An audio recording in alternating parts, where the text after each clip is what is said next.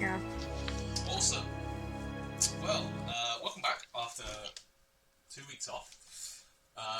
To remind everyone where we were, you had come all the way to Kirondile in hopes of finding either another entropic sphere or at least information on them, and in the process found out that one of your member was a fairly high-ranking member of a fairly important library.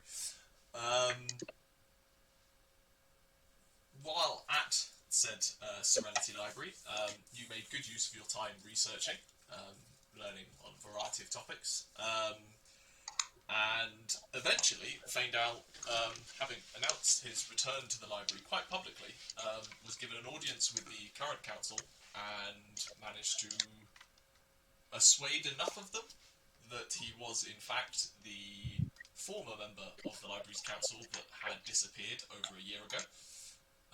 And was given permission to attempt to access his old study, which, after dealing with a couple of weird traps that seem to only affect those of you not of the library, simple illusions designed to kind of deter people from progressing further, you eventually got into his study. The rest of that afternoon was spent tidying up the mess of his area that, from some sort of event that none of you entirely knew what was going on, found a number of useful magic items, books, notes, and other things. To varying degrees of success of investigation, shall we say, where at one point it didn't seem like anyone was actually rolling a d20, because no one could roll double figures on anything. Faendal decided to use his time to try and open the box that has been on his person the entire time you've known him, whether he's known about it or not. After one of the items in the library, in his study even, was a puzzle box, an automated puzzle box solver that he thought would help him open it.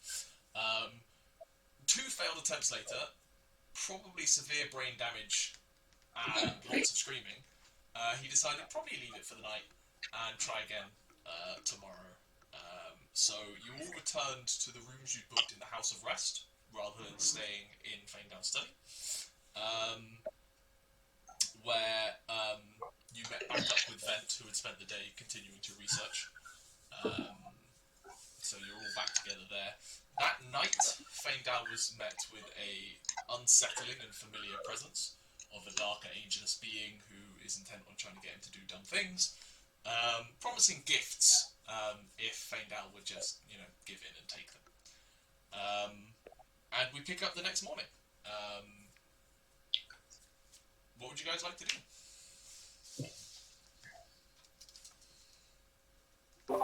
Breakfast? Breakfast is always a good start. Sure. It is. It's a misty morning. There's a faint layer of precipitation just hanging around the courtyard as you head over. Fine enough to be annoying, but not heavy enough to really allow you to complain about it. And you head over to the Roaring Hearth Tavern, where you had been unceremoniously kicked out a night before. 2 nights before, even. The Dragonborn in there, whose name I've forgotten. Someone will remember. I should remember to given how much damage I dealt to the tavern, but I do not remember my sins. It's in my notes somewhere, but does welcome you. Well, hello there. I sincerely hope you're not planning on starting the dangers a bit too early. No, not this early. I'm going to assume it's breakfast then. Yes, please. Grab yourself a table, I'll bring some stuff over. And you find yourselves a table. You purposely distanced yourself a little bit from the large orbiting chandelier of magic in the centre of the room, considering last time you were in here you nearly broke it. And you settle down. Food, morning beers are brought over, along with a couple of decanters of water. He just goes, call it 1 gold piece. Rambear will put down. Nah, between you, it's fine. Rambear will put down 2. Much obliged. Just uses 2 claws to slide the coins, and then just like walks off back to what he was doing behind the bar.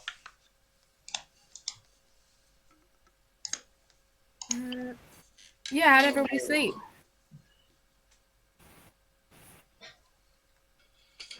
It was an evening. How was yesterday? Faendal looking a little bit worse for wear when you came back. I tried to open the box. It didn't go well.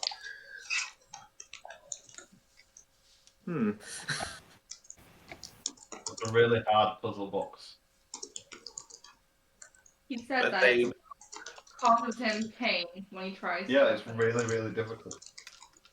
do you think it might be perhaps a prank of sorts? No. On a more serious note, there's something wrong with this box that I'm trying to open.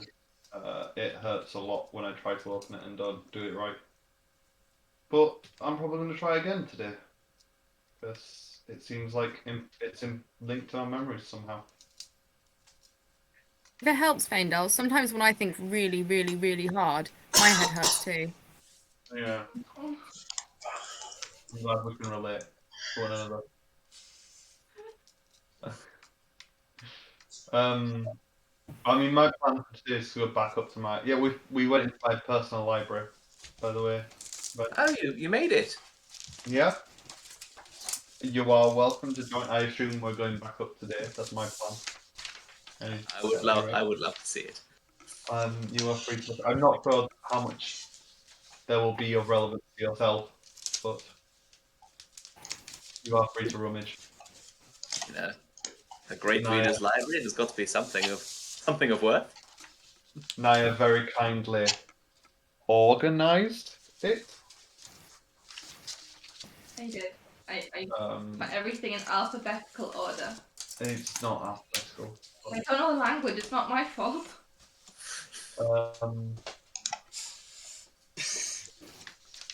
But yeah, my plan. Yeah, you didn't miss much. The trial was. Oh, he did intense. miss something. Here's I think it was 222 gold. Oh, Wow. 22 gold. I think that's how much, if anyone can put it down. thank you. Oh yeah, we found it. He apparently had gold in his room. I had a fair amount. Yeah, it was 222 gold. So yeah. Huh. I had some gold saved up. Thank you very much. That's lovely. Since we can do, you've been in good company in the last while. Well, likewise. I don't have much to give you, I'm afraid, but No worries, no worries. There is something. There's a weird door in Faendal's room that we can't open. Though we haven't tried the trusty crowbar. Crowbar. Yeah. Do Oh. you know anything about fancy doors? I've got some knowledge of sort of port, but more sort of teleportation. Really, is I've got a vague idea, but I'm happy to have a look. And the only path I've got is opening this box, seeing if that will help. I'd be happy to help however I'm able to. You think there might be a key in your box, Faendal? If it's so, that's a very heavy protection for a key. Do you Depends feel what's ready? inside. There's something magical inside, is all I know. Do you feel ready to try again today? Ready as I can be. I woke up and felt like I could maybe help a little bit. Help Faendal sort of like enhance his abilities just a little bit. Oh, that's really cool. That's really, I like that. Yeah, you woke up with the great druidic power to make him smarter.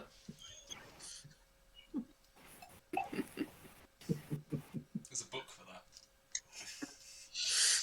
He's trying to buy it. reading it. I will get it.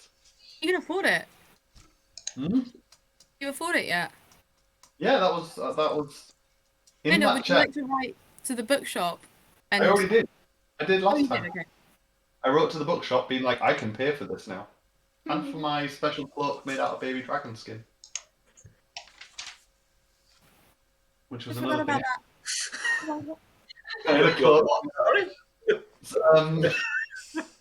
Not. Has to be baby dragons, they're the softest. I have a cloak on order that's made out of White and green. dragon wormling Yeah. scales. I think it was white and green. Yeah, White white and green. and green.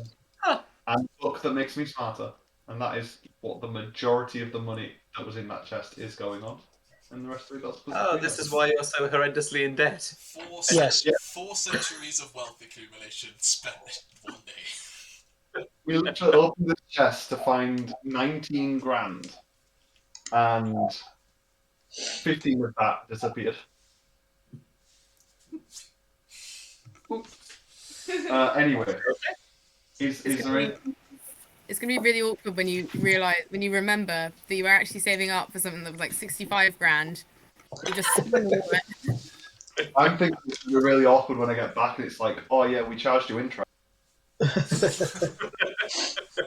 You're on our payment plan, 24.9% APR. It's when you get back and the bailiffs come for your soul. Is there anything we want to do before we go up? I've got my things, so. Ooh, actually, I might send a quick message down to the werewolf. See if they've had any luck with my hat. Oh, I'll send a message to them. I'm waiting for the address. You can do that. You can head up to the Furbolg who handles the rookery. For a second, enjoy the flashing light that attracted Rambear or Ram Moth for about 3 hours. And yeah, you can send off a letter down to the Dapple Werewolf asking about that and letting them know that you're up at the library. That's easy enough. Speaking of which, Rambear, after you have all finished breakfast, you just head back to your room just to gather stuff for the day. There is a package waiting for you, which is a gem-encrusted bolt. You may have had it already, but I can't remember whether I said that last time. So, regardless, it has arrived for you. Nothing yet for you, Thrungi.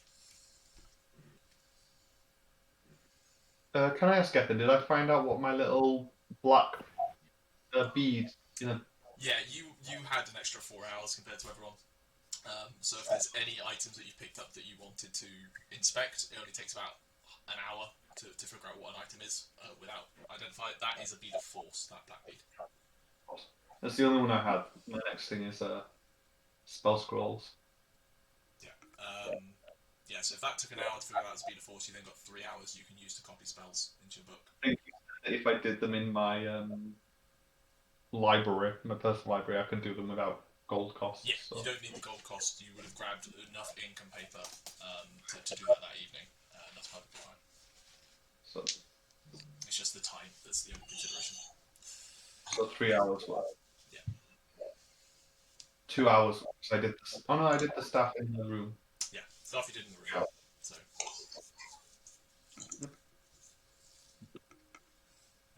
Is there anything you wanted to do with the other places that are available in the open courtyard? I mean, Thrungi's already made use of the spa previously. There is a temple. You have the research rooms if you're interested in that. Obviously, though, you have the study where you can do some of that. Or if not. Actually, there is something I would like to try at the temple. So, of course, I have a fairly good idea who my mother, I suppose, in terms of power would be, as we discussed before. Yes, indeed. So I know that they're a very powerful being, very powerful and very sentient being. So I'd like to attempt to pray to them. So you're going to attempt to pray to... Remind me Vienna, which is the devil. the archdevil. Yeah.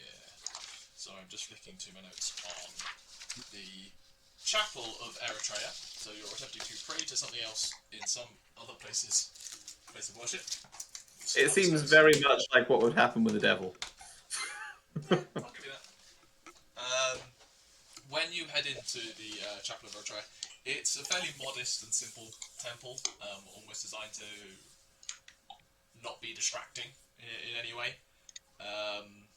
You notice a number of stone gargoyles of varying types of winged monsters and creatures, like sphinxes and hippogriffs and that kind of thing, kind of ring the outside of it.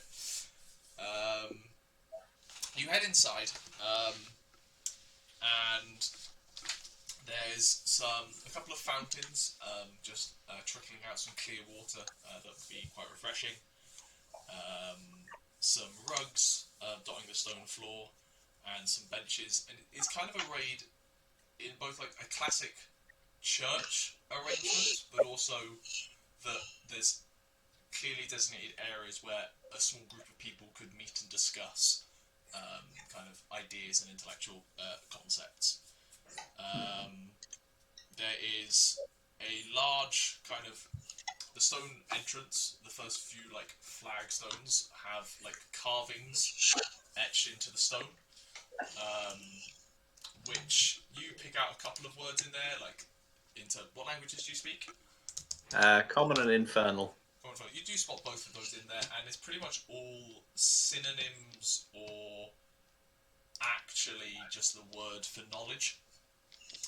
And it seems to be repeated in varying different languages, although you can't quite tell what the other languages are.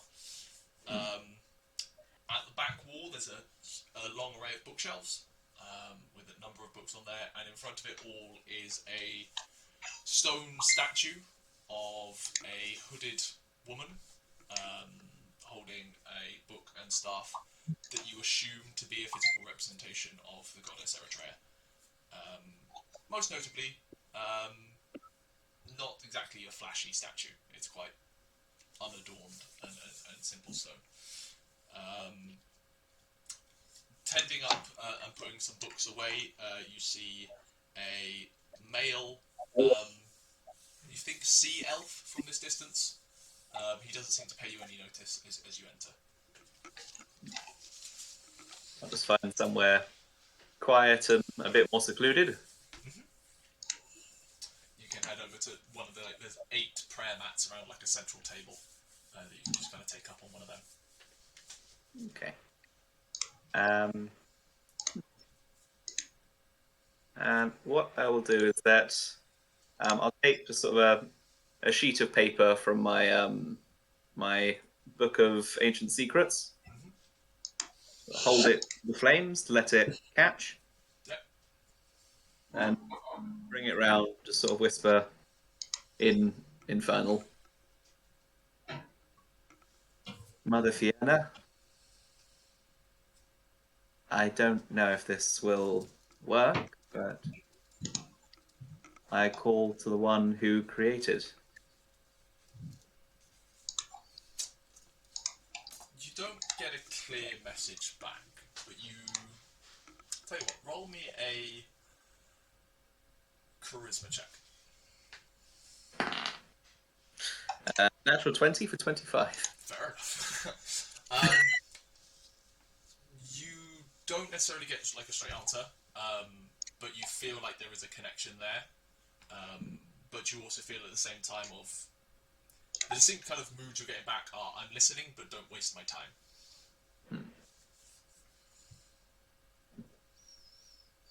I assume there's a reason that my magic doesn't match yours, and I've met several others similar to me.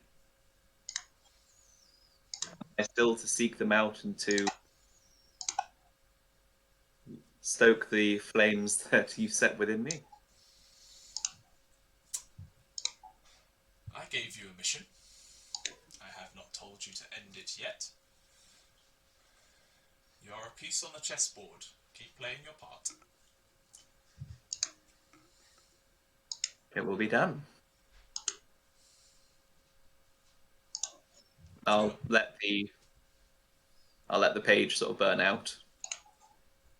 As it does, kind of let it burn out, and the last bit just does kind of catch you slightly, almost like there's a bit of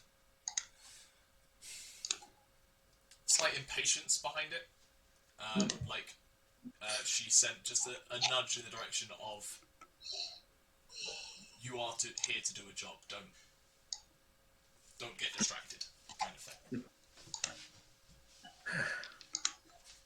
Knowledge is a powerful thing. And I'll go and find What was out. that? I mean, yeah, Sorry? it is. That's why I turned this place. Yeah, See it's the sea elf incredible. around. It's incredible, yes. I don't believe I've met you before. How could I? Been around long? Oh, just not here long, a few days. Just come to do a bit of research at the library and saw this lovely place and thought it seems rude not to pay my dues. Yeah, all seekers of knowledge are welcome here. Nice to meet you. The name's Showa, by the way. Yours? Sure. Vent. Hey, lovely to meet you. You had something. Yeah, You can read the books, but just be careful. You know, I'm sure you're fine. I'll be careful. Yes. Tell you what, you don't seem like the Eritrean type. Do you know much about it? Do you want to know anything? I have some vague understanding that she's, I believe, some sort of elven goddess to do with knowledge, just based on at least. Most. A lot of elves follow her. That's true. But yeah, she's for everyone. Knowledge is pretty much the main focus. Knowledge, magic, the existence of all of the planes. You know. But yeah, I think she's pretty cool.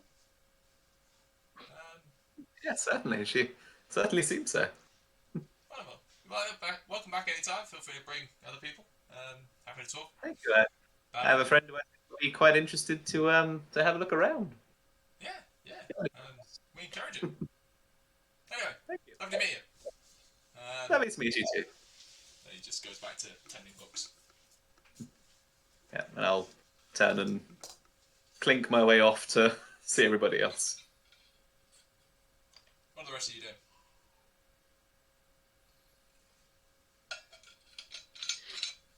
I will. Is there anyone around that I can ask, like instead of looking for a book, just like ask for knowledge? Not within the open courtyard, just because that's not really how it works. But once you're the other side of the Sunrise Gate, possibly there are a number of readers and the like hanging around. You could probably go find someone like Rendy or one of the other readers who Faendal is now on par with, if you want. Okay. So I wait until we go with Faendal then. We can say you all meet up at the Sunrise Gate if there's nothing else that anyone wants to do, and head through. Cool. You head on through. There's no one waiting for you on the other side this time, but now that Faendal has once again been reinstated, you have access through the gate, provided you're with him at will. You head through. I assume you make a beeline straight for Faendal's study, rather than anywhere else. And for the sake of brevity, you are not interrupted by anyone, although those of you with decent high perception do notice a few groups of people kind of point and make comments about Faendal. You don't hear what the comments are, but people are gossiping a little bit, shall we say. But you are now in Faendal's study. This is different. A brief description to the vent.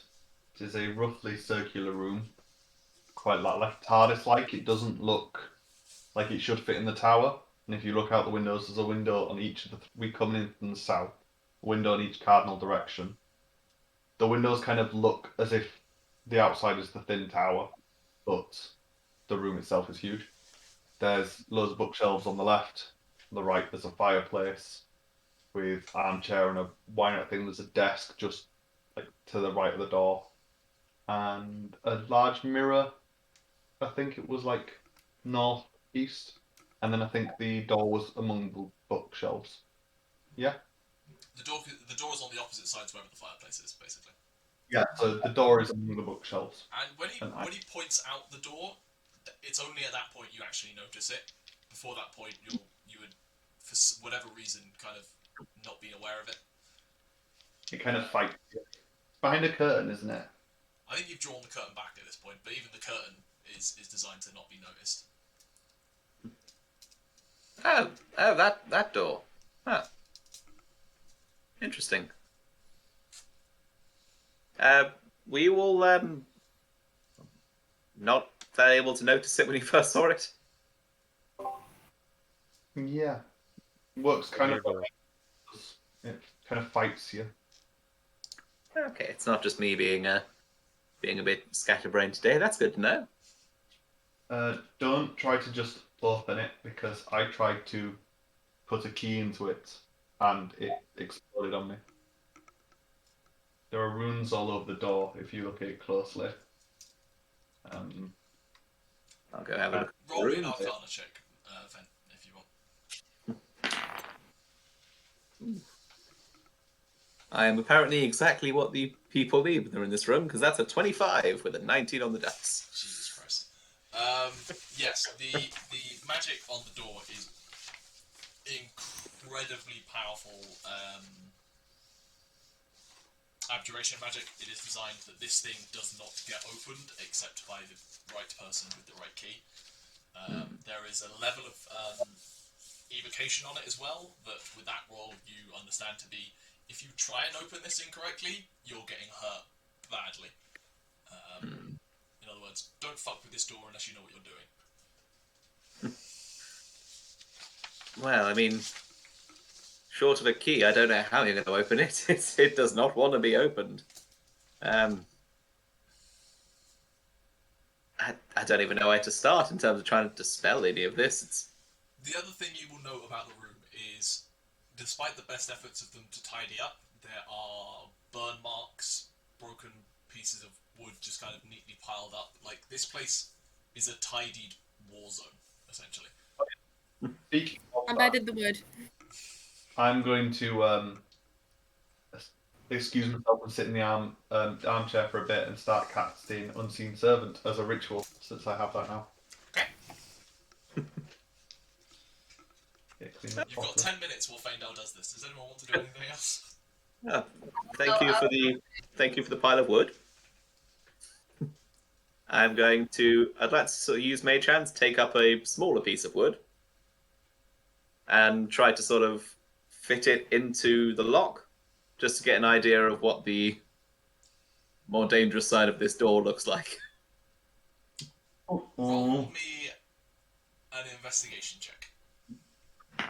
Everybody stay back. No, it wouldn't be an investigation. Roll me essentially a lockpicking check. Okay, magical sleight of hand. That gives me a 17. Okay, you inject it in and start kind of wandering it around out of idle curiosity, and then you see a number of the runes which you previously identified as evocation runes begin to light up, and you are suddenly hit with an incredible amount of force. The air inside the lungs is blown out of you. You are shoved 10 feet across the room and take 20 points of force damage. Oh, okay. Warned you. At least I put a key in it. I mean, I was doing that with Mage Hand from a distance, but it still. It still found you.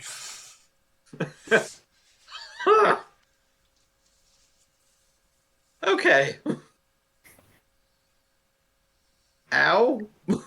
I will just tap him on the shoulder and be like, Yep, that's what happens. And cast Cure Wounds for 8 healing, 8 health. Thank you. Okay, yeah, so medication is way too powerful for. Thrungi, upon seeing that, is just going to go back to the desk and stick his feet up again and just slowly look through. Sitting there, he's going to pour himself a beer and then just slowly just go through it, reading everything. Roll me an Because he's investigation check.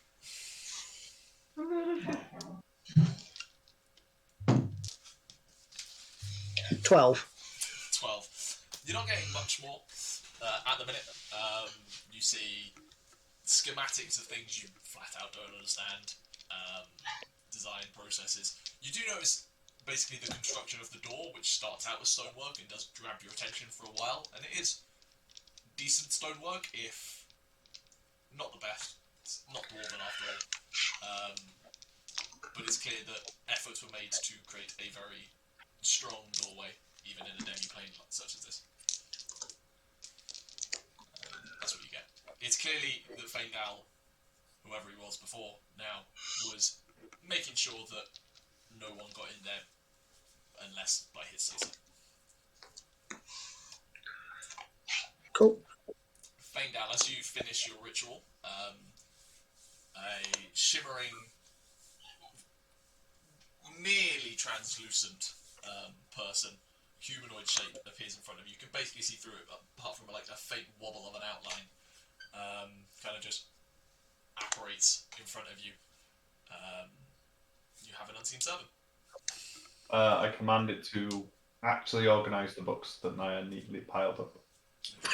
Suddenly there's an invisible thing like operating around you, moving things from you.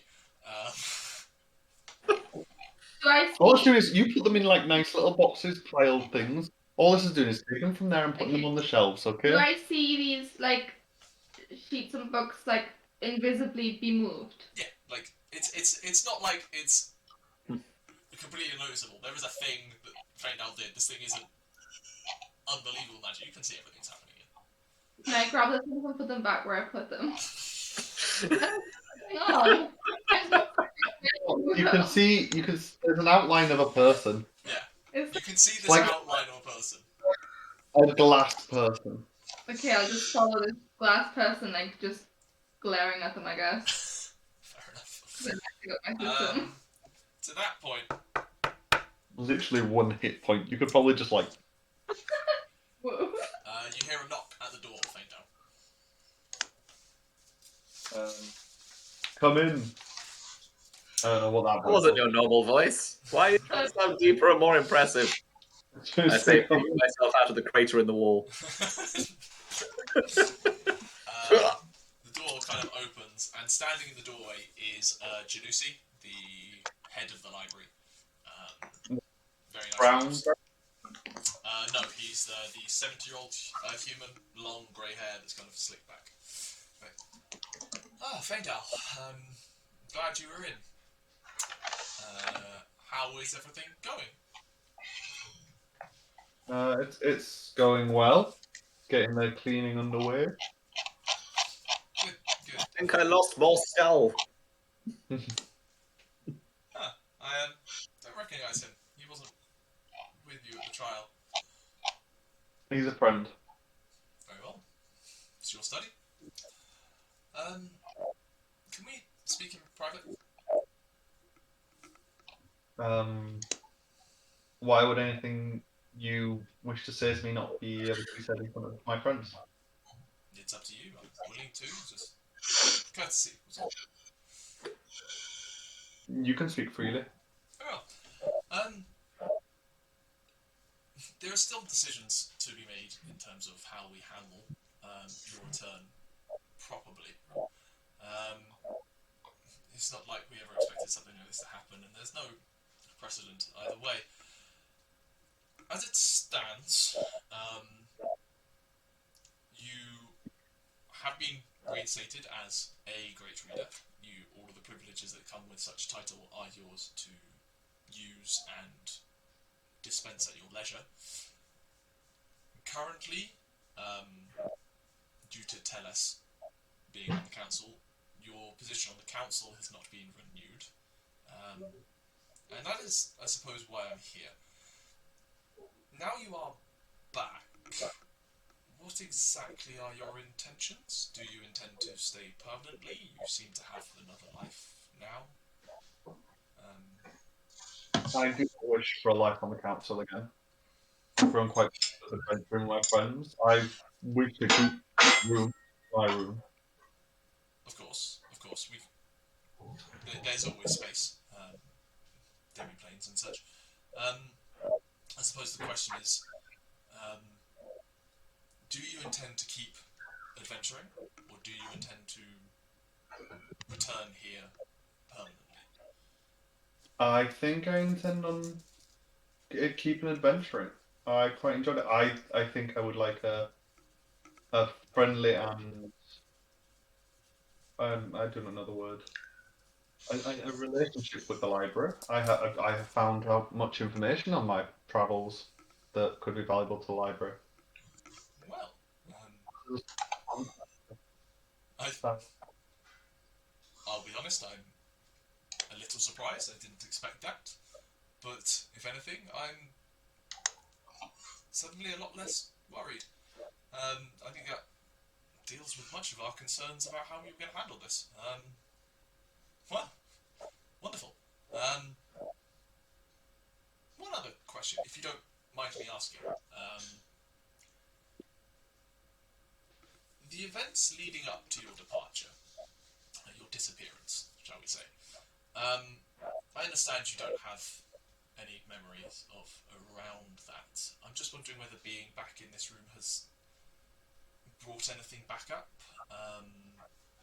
Obviously, your research into the Lost Library and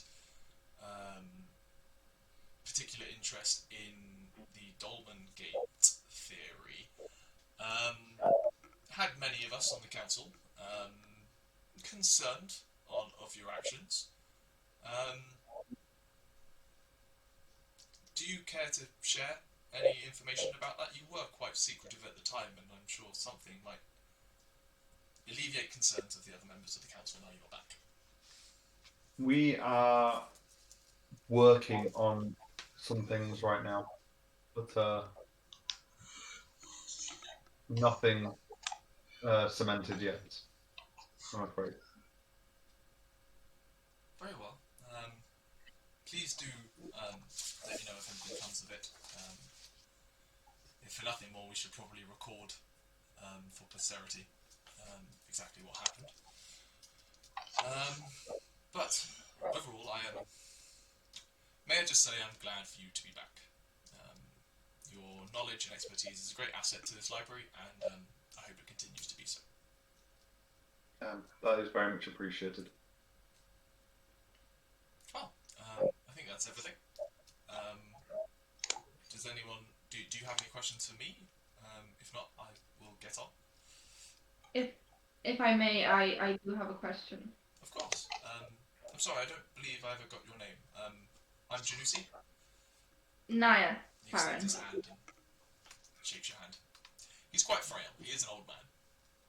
So be careful with him. Child. Would you 24 handshake damage. Would you have any inkling as to what this is? I'm going to show him my crystal. Oh yeah. Do you mind if I take a closer look? Takes a look over it. Just goes.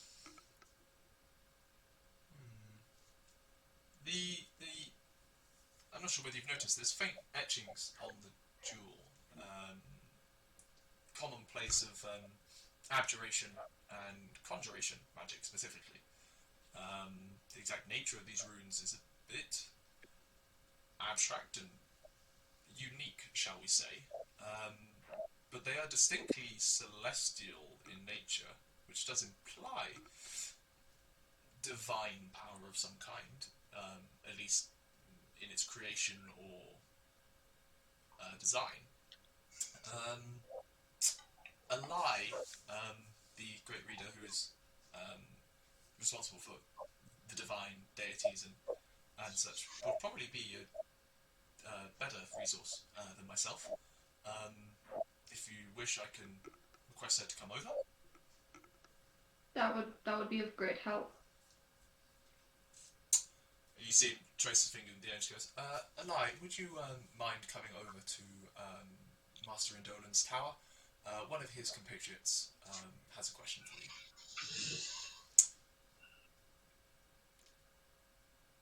She sounded a little terse, but she is willing to meet you downstairs in an hour. That works, thank you. Wonderful. Well, if there's nothing else, I have a question, actually. Now that she's mentioned her crystal, I do have a crystal. Do I know what my crystal's name is? I don't know what information Faendal knows. oh, that It's crystal. Paragon Stone. It doesn't even know that it's called the Paragon Stone. No, you don't. I have this crystal. I found it in 2 parts. I've linked them together, and it's cool. In more formal words. If you don't mind me asking, where did you find that? I believe both parts I found in Shalandai. No? I found one in... First one you found in a tomb, in a catacomb, in Oh, yeah. Campbell. Yeah, Campbell Hill. One half in there. The second half I found in a lost library in... Was it Pulat or was it Anda? I forget which one's which. Pyramid one. I mean, they both have pyramids, so that doesn't narrow it down. Above ground pyramid one. Above With ground pyramid was Mamara. Mamara even. Yeah. Which I think is where you found it, yeah. I found it in Mamara in the library with the cloak thing. Yeah, in Mamara. Okay. Yeah, I found it in the lost city of Mamara. One of many lost cities we've found. Well, in that case, I must get you to talk to... Who is it? I have too many notes here right now.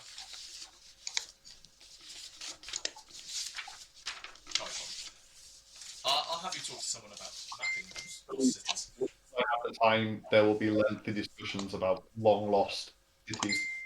Indeed.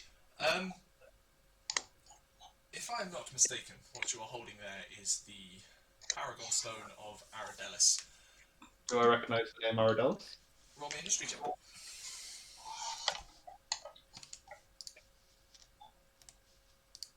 28. 28. You do.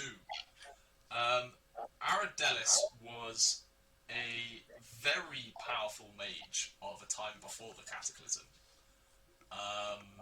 who was neither benevolent nor corrupt. He was an entity unto himself, and the records go that a number of mages from Kirond duelled him, and the stone you hold in your hand was the item that allowed him to stand toe-to-toe with multiple mages of similar power, despite being one man himself. You also remember that essentially that stone was then split into pieces. The exact number is unknown, but a number, and they were scattered once he was defeated and brought to trial.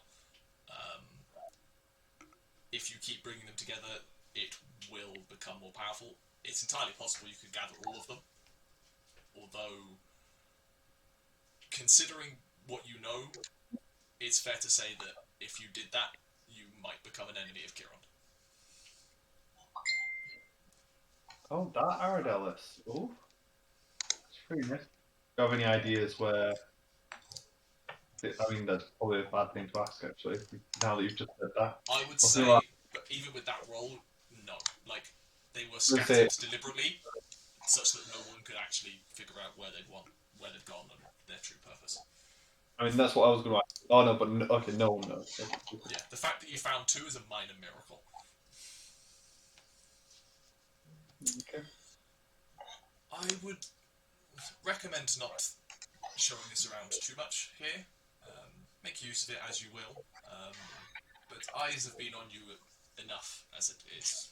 Adding this to the pot is bound to raise some eyebrows. Fair enough. Ooh.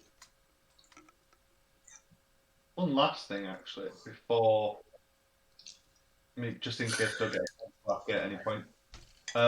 If we require the use of a teleportation circle, where would we go? There are a number within the vaulted towers. The prime building has a few. To be honest, if you get your memories back, I imagine they will come with them, and you can make use of them then. They are the full use to it this time. Thank you very much. Of course. Anyone else have mythical artifacts that need examining? Ganusi? Yes. Janusi? Sorry, I don't believe I have your name either. Oh, apologies. Vent. Lovely to meet you, Vent.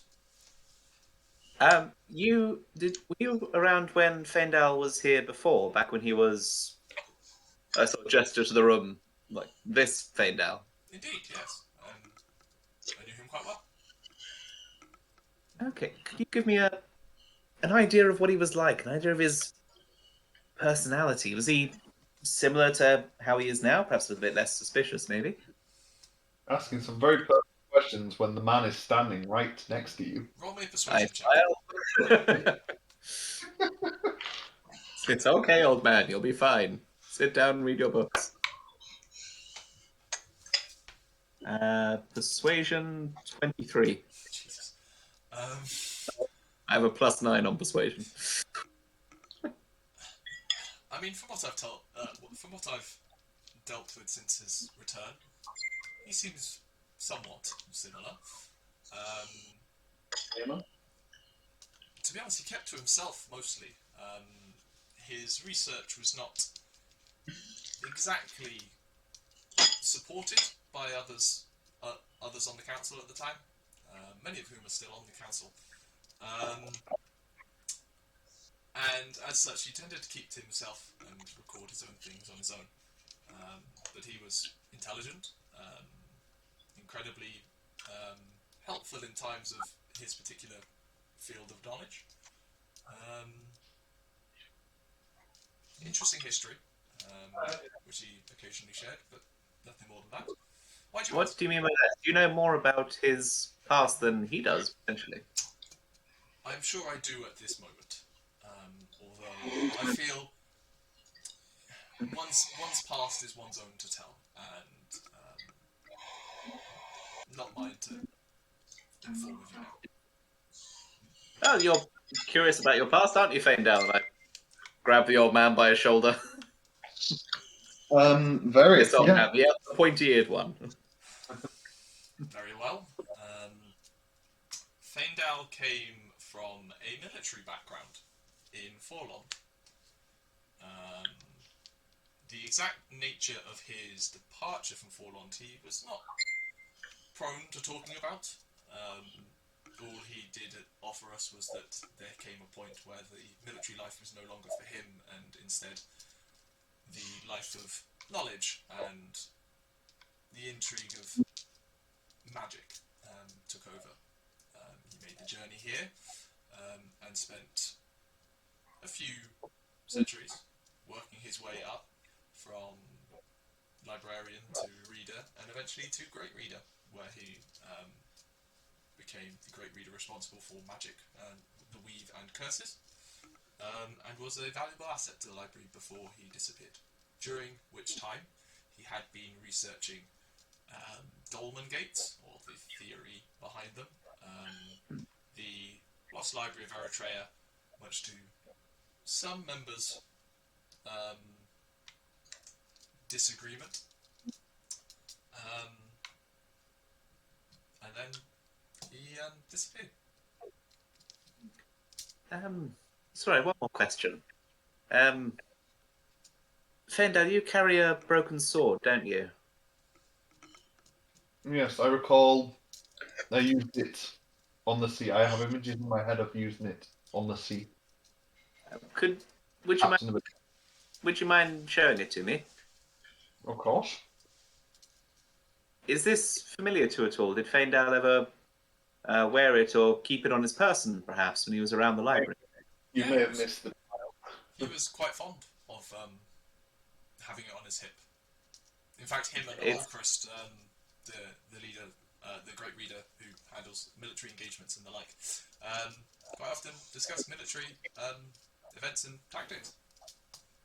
It's a rapier, isn't it, Chris? It's technically right now a short sword, but at its full length, it's a rapier. Well, basically, it's a broad, but like a, It's a cutlass. Yeah. Officer's It's sword. a rapier. It's a rapier when I cast Tensor's transformation. Yes.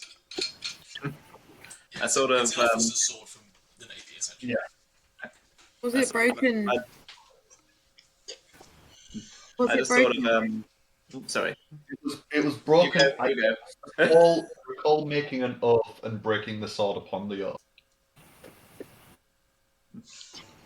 Well, yeah. I just sort of go a bit blank and tap Janice on the shoulder, thankfully. Wander back off into the library and go have another look at the door, at the keyhole on the door. It's at that point, Faendal, you notice it. He notices Vent walk over to that door, and there's a brief flicker of surprise on his face before he suppresses it. He never noticed that door before. He's only been in the room once, to be fair. But... As far as you know. Well, if that's everything of you, if that's everything you need from us, great reader, Indeed. you are free to go. Just a reminder of who's actually in charge here, Faendal. I mean no disrespect. Merely, surely you are busy with your time. Indeed. Anyway, thank you very much for your time. And he just walks out of the room. Faendal, would you mind closing the door if that's at all possible? Yeah. The door is closed. Now, this could be incredibly foolish, so I volunteer to do it. I did sword. think of putting the sword in the keyhole. Does the sword look like it will fit in the keyhole? No. It is a keyhole. I'll save you the time. 3 seconds later, Vent is picking himself out of the wall again. That is not the line that I would have gone down even before memory loss. I want to tell you that. This sword is not a trivial item. Well, this key for this door certainly wouldn't be a trivial item either. No, it was an idea. I will say, they may not have found it. They were rolling terribly last session. Feel free to have a look around. They did a thorough search of the room. I'll go and have a look around the room. I will also note, because Chris forgot it, there is also a small flight of stairs up to a kind of mezzanine area, which is where Faendal's sleeping quarters are. Yeah. Very similar sick bed up there. More like a meditation pit. Yeah, and a bedside table. It's not a bed, but you know what I mean. There is a small drawer unit there. I did search it, but I did not roll above. I rolled above a 10. I did not roll above a 10 while in this room. Can I roll a search for down here just to spend about an hour or so just going around and looking? Roll me an investigation check.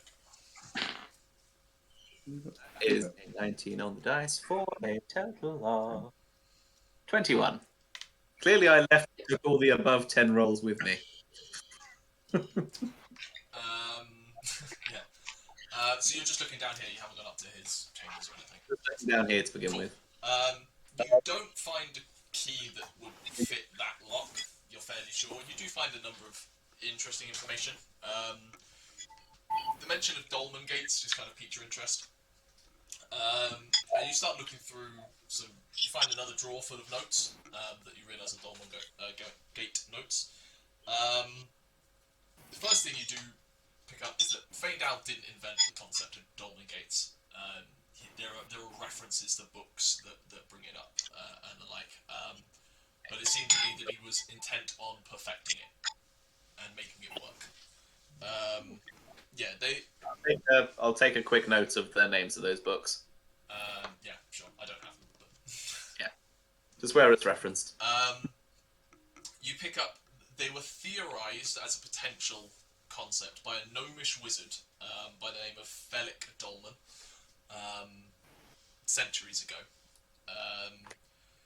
And essentially were a theoretical device that can open corridors between planes, or even points on the same plane. It was like a version of teleportation that could be made more as a technological device rather than purely wizards casting spells.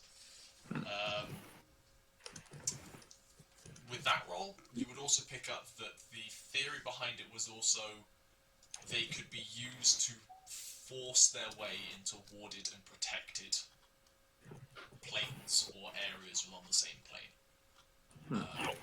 And maybe the reason that it was frowned upon and buried as a concept was that principle, that it could almost be weaponized. And then the final other bit you get out from Dolmen Gates is, compared to something like a teleportation circle that, or teleport that you just kind of have to think about a general area, and you can go there. Dolmen Gates, due to their nature of being technological, require specific planar coordinates, which someone has to essentially calculate for them to be used.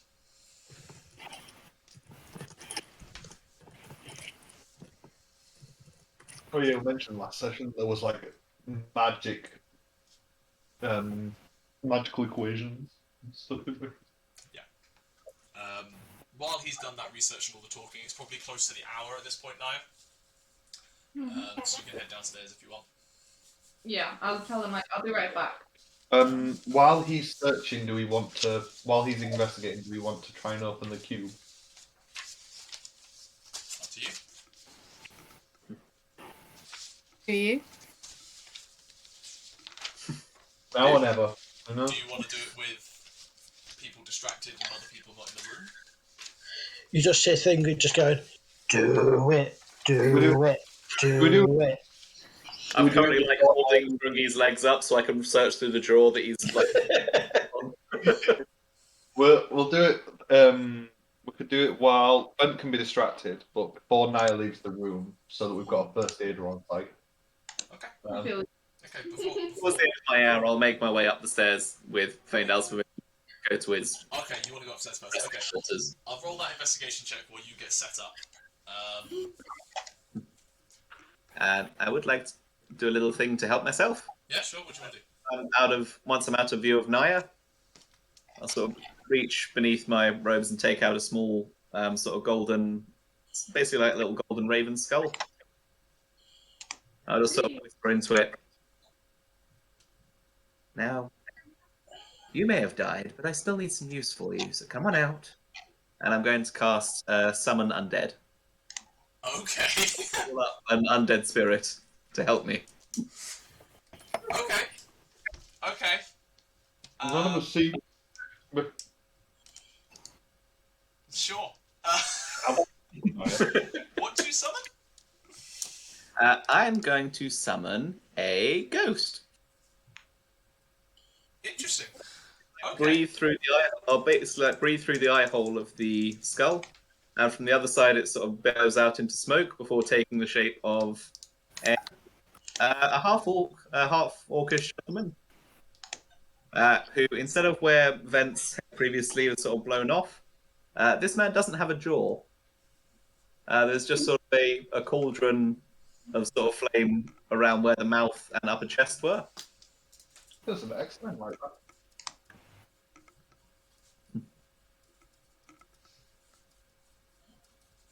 Sorry, I'm just making a note.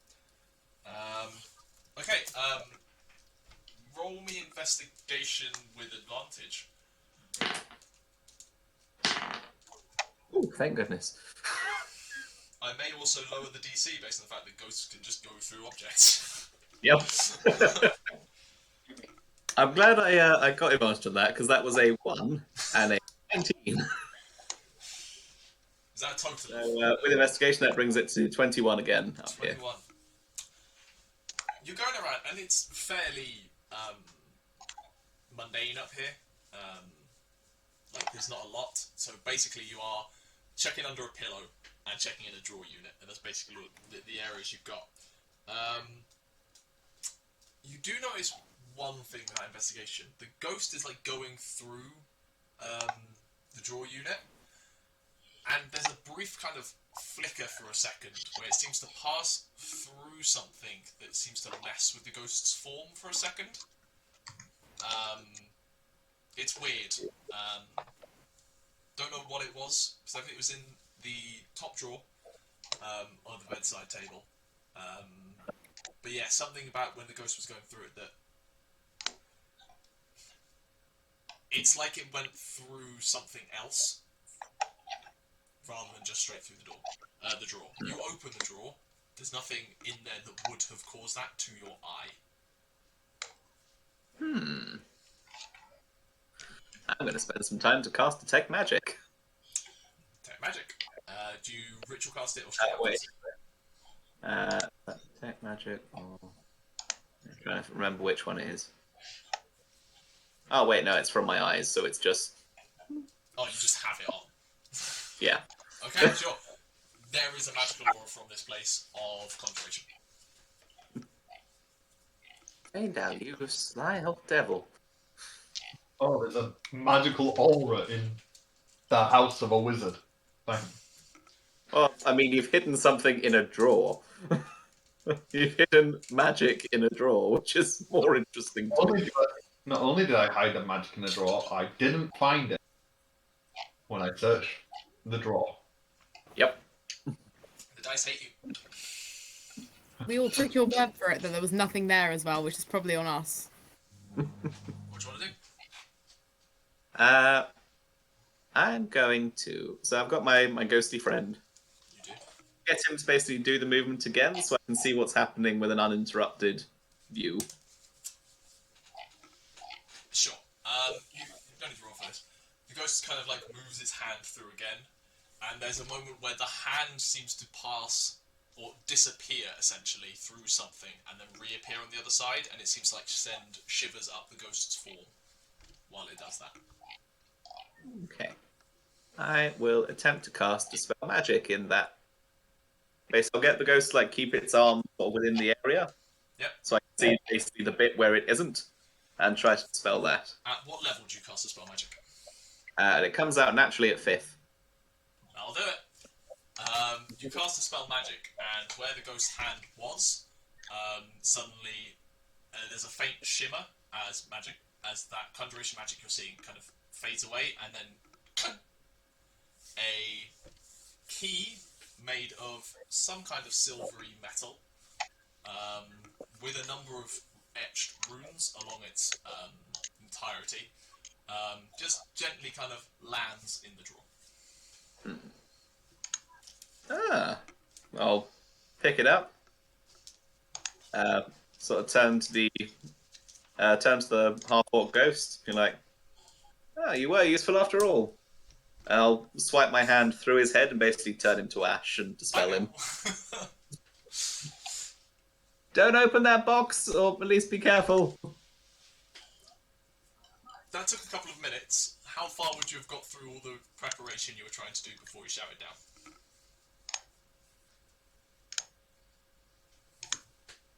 I feel like I just had to touch Faendal for enhanced abilities to come through. You know. I'm going to pour the oil on it. I will say the oil is still on there. You don't need to pour another dose on it. It still seems to be on there. You guess for at least like another couple of uses. You're not sure how long, how many it will exactly last. The preparation would have taken seconds then, because I think it's just enhanced ability, guidance. I'm not sure what else I can. I'll stand close by in case you die. I appreciate it. Remember back in the good old days when instead of healing others, I just look at you last and then heal myself? I miss those days.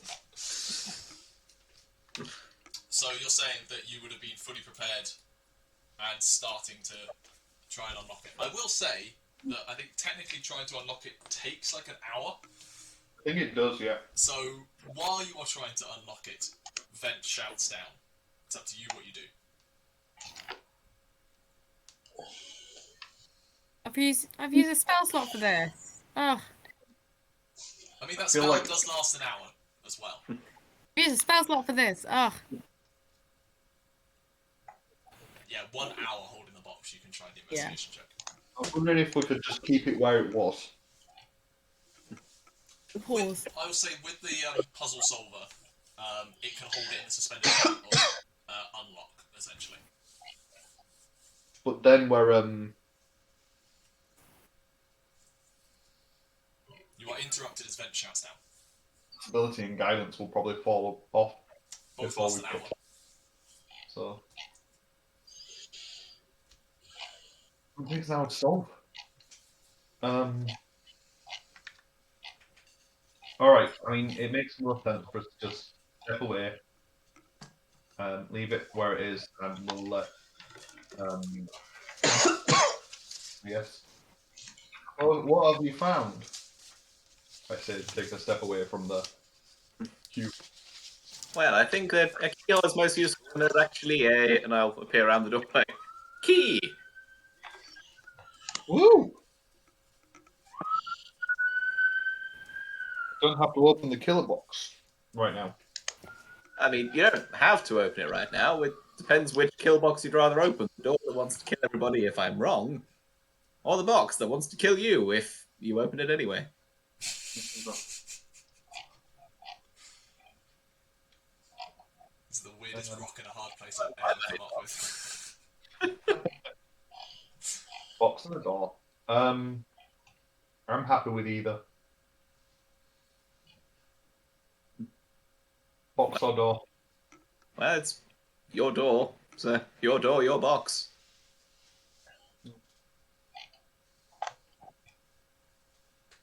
Oh. Well, look, decide. Which one would I Spiritual.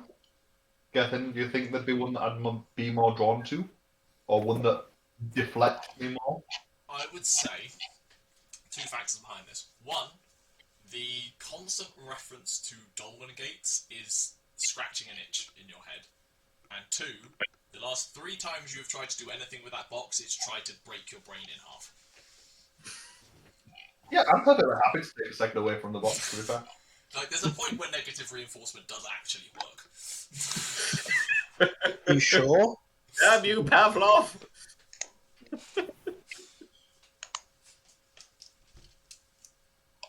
Let's do the door then. If you'd like to do the honours, I know what your door did to me last time, and I didn't enjoy it. Yeah, I remember it did it to me as well. Yeah. Does the key look anything like the key I summoned? It seems to have the same shape and design, but it is inherently more detailed and care has gone into it. And it also seems to be made of something specific.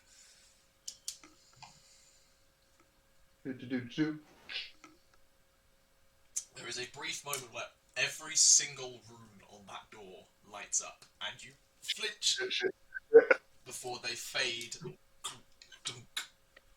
then multiple heavy locks turn underneath a fairly smooth bolt operation. It is a very finely crafted door, and the door can now be opened. I peek out from behind Thrungi, who I was using as a shield. It's one of those cartoon moments where all these heads pop out over Thungi's shoulders. Like round him. Oh good, it worked! Like, there's no way that all of you, who are all a foot taller than him at least, should have been able to hide behind him. I like the idea of that, but it's just a ball of fur.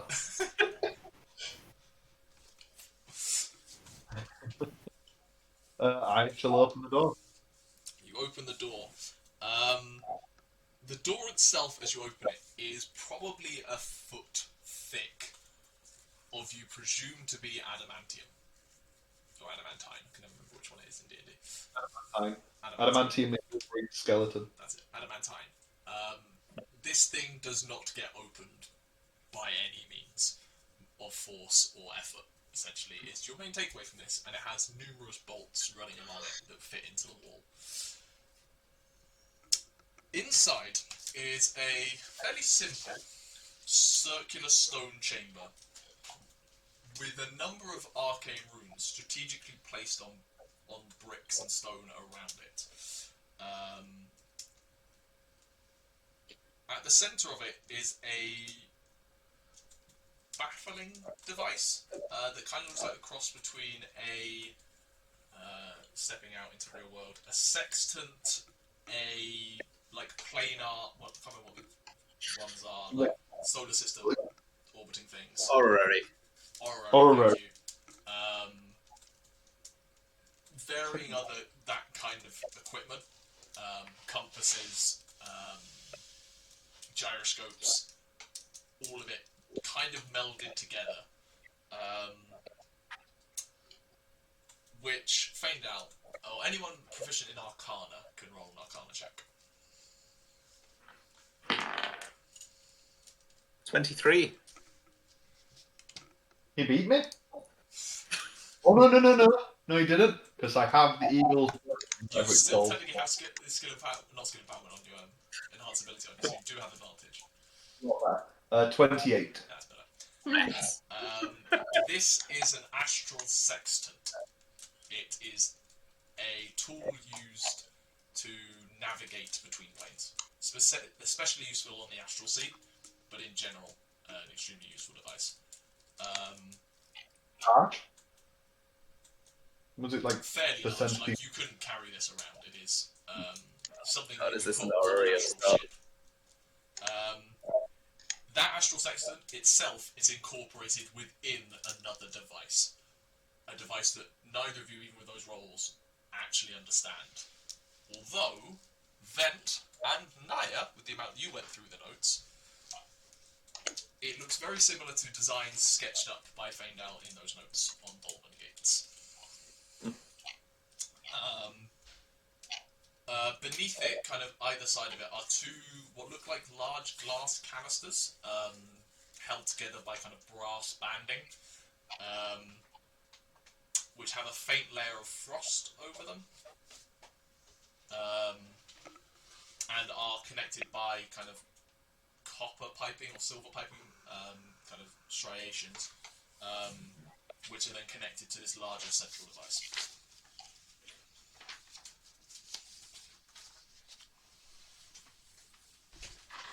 You were actually trying to build it, you crazy old bastard. Well, I ain't ever been called sin.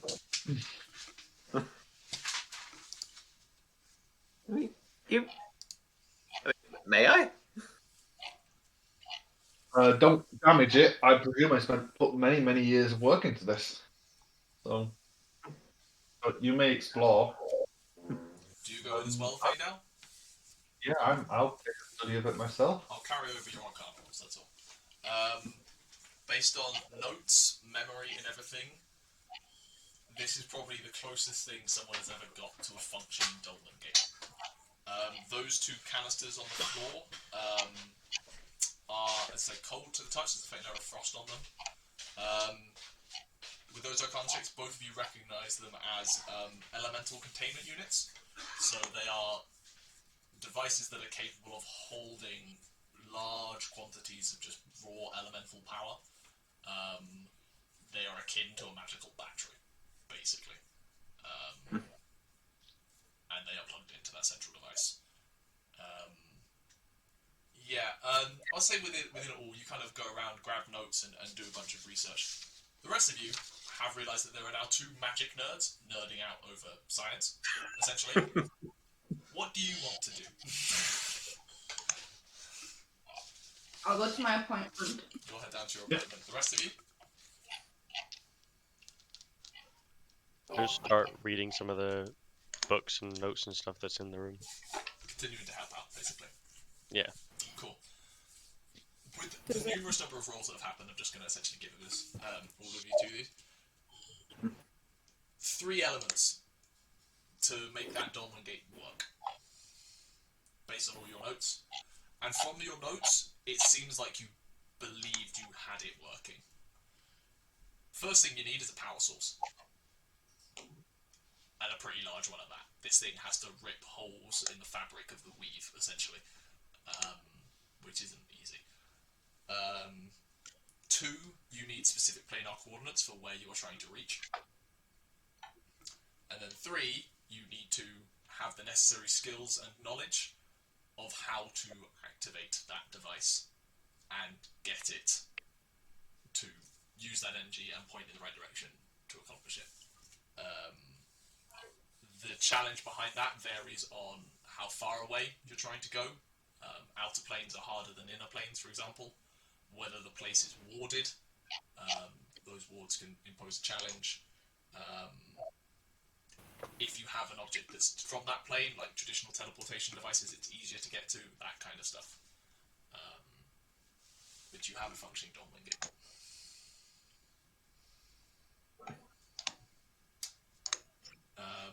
Also within all of those notes, you have some planar coordinates.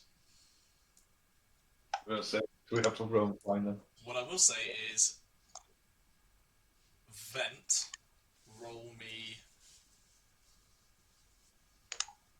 Anyone proficient in religion or arcana can roll on that relevant skill. Vent, you have advantage. Well, I'll never find. Vent has advantage for a specific reason. I'm just once again rolling bad. 23. I'm really glad I have a high stat in them because I'm Balthazar, you useless. are the worst cleric, I swear. Didn't pay I attention went at school. with, Cannot I roll. went with Arcana for 23. It's alright, this is my 20. library. This is my 20. library and my notes. Vent knows them.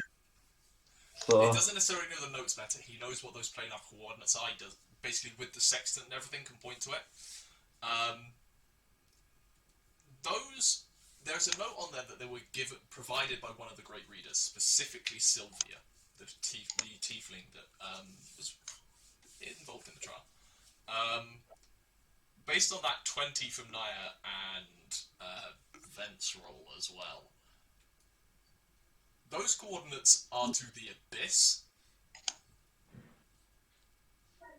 Why Faendal would want to go to the Abyss is beyond you. Faendal? look, don't ask me. This is a different Faendal.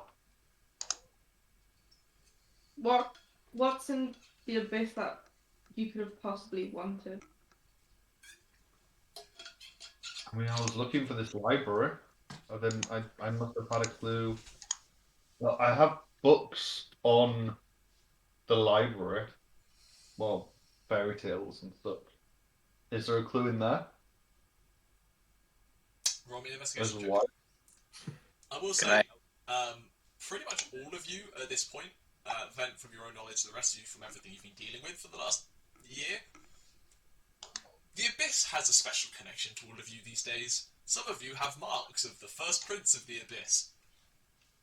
The Yeah. Abyss is not a fun place. 25. Investigation check. At least 25. now it means we can have go there and kick the demon's ass. There one is day. nothing in all of the No. library fairy tales, or specifically the Xavian Chronicle. I'm going to wait for Chris to pay attention. The fairy tales, the folk tales, the Xavian Chronicle, which you reference I don't know. throughout time, that references anything to do with the Abyss and the library. Like, the common consensus is the library is in its own demi-plane, not in the Abyss. Okay.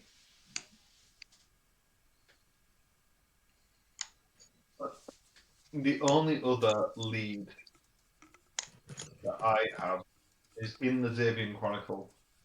There's an interesting phrase written describing the early years of the library, but I don't think it's relevant to this at the moment. But it mentions going down to the Serene Gate to get the gifts of the goddess. I'll carry over that investigation check. You flick further through the Chronicle, just as part of this. Three kind of bits you pull out of it. Xavier seems to refer to the Serenity Library as a pale comparison. A fair amount. And there are bits... This is clearly kind of the reason you picked this thing up a year and a half ago plus. The way he talks about the Library of Eritrea versus the Serenity Library, it seems like he has had knowledge of the Library of Eritrea. Like, the assuredness of how he compares the two, it's not a theoretical discussion, it is a like-for-like comparison that he is making. And weirdly, bits seem out of place. Like, there are time jumps and rewinds and random bits. It's not following a linear progression. Okay. I'll read out the poem that it is as well. Because it is relevant to fair, but I'm not sure to the Dolmen Gate. But it says, upon this land, the entrance to the library, the gifts of the goddess remain for those who seek it. Illuminating, focusing, revealing, take the first step at the serene gate. Illuminating, focusing, revealing. You also all know that the Serene Gate is the entrance to the library. That is called the Serene Gate. The gifts of the goddess will presumably refer to the temple somehow or something. Temple. Well, there was... Sorry, I went there today. There was a statue just holding two things, a staff and a tome. Depictions of not an actual object, but I mean, they're related to... They're the gifts of the goddess. Magic and knowledge, those are two things that she's associated with, right? What does the staff look like? Like this staff? My new staff? Doesn't look like that. It doesn't look like that. It's a fairly almost nondescript staff. Simple, classic wizard staff, spherical orb on top, long hold. Yeah, nothing special. I mean, that was the whole vibe of the chapel itself. Is that it seemed that everything kind of focused on the books and the areas of discussion rather than anything else in particular. It was like that was the purpose.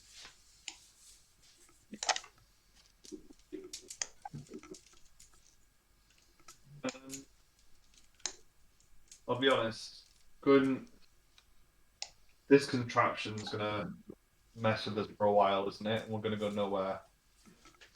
We could go down to the Green Gate to look for something, but we're also not sure what. It's not comfortable for me to suggest, but like, I think getting my memories back is a big step to go for.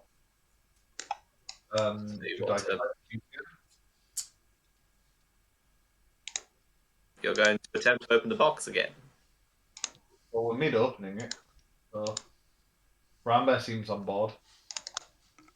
I assume that is in canon Rambear in the back going. Happy That's dad, nice. Rambear. There could be some really nice nuts in there. Unless there's any other leads that people go down. Has Nyah left already? Nyah's left. Nyah is heading downstairs at this point, yeah. We wait till Nyah gets back to the box, or are we alright with that? You've got Balthazar. I can You've got potions, you'll be fine. I can find everyone dead. Maybe.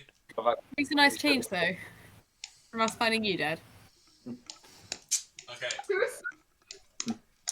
go on, Andrew.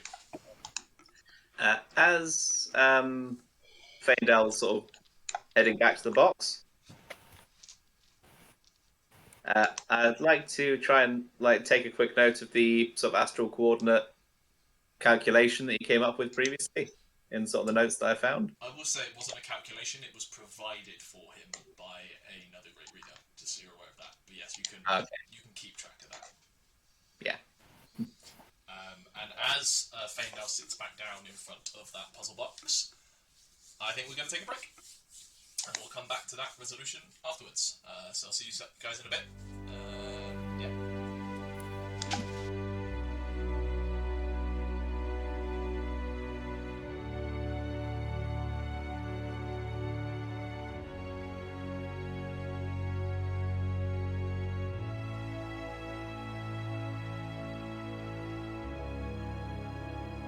So, picking back up, we left off as Faendal and the majority of you sat back down to try and solve a puzzle box. However, outside of Faendal's tower, or the tower that Faendal currently occupies, I should say, it's not technically his. It's my. It's your sanctum at the top of it. It's the library's tower. Fine. You rent a room. Penthouse, but you rent it. Nyah, outside, you are met by a middle-aged half-elven woman, fairly fair skin, short, sharply cut black hair. Think Catherine Zeta-Jones in Chicago hairstyle. Got it. How do you not get that? Proceed. Yeah, but no, I'm sorry. No, how do you get that when you don't know names? It's Chicago. Okay.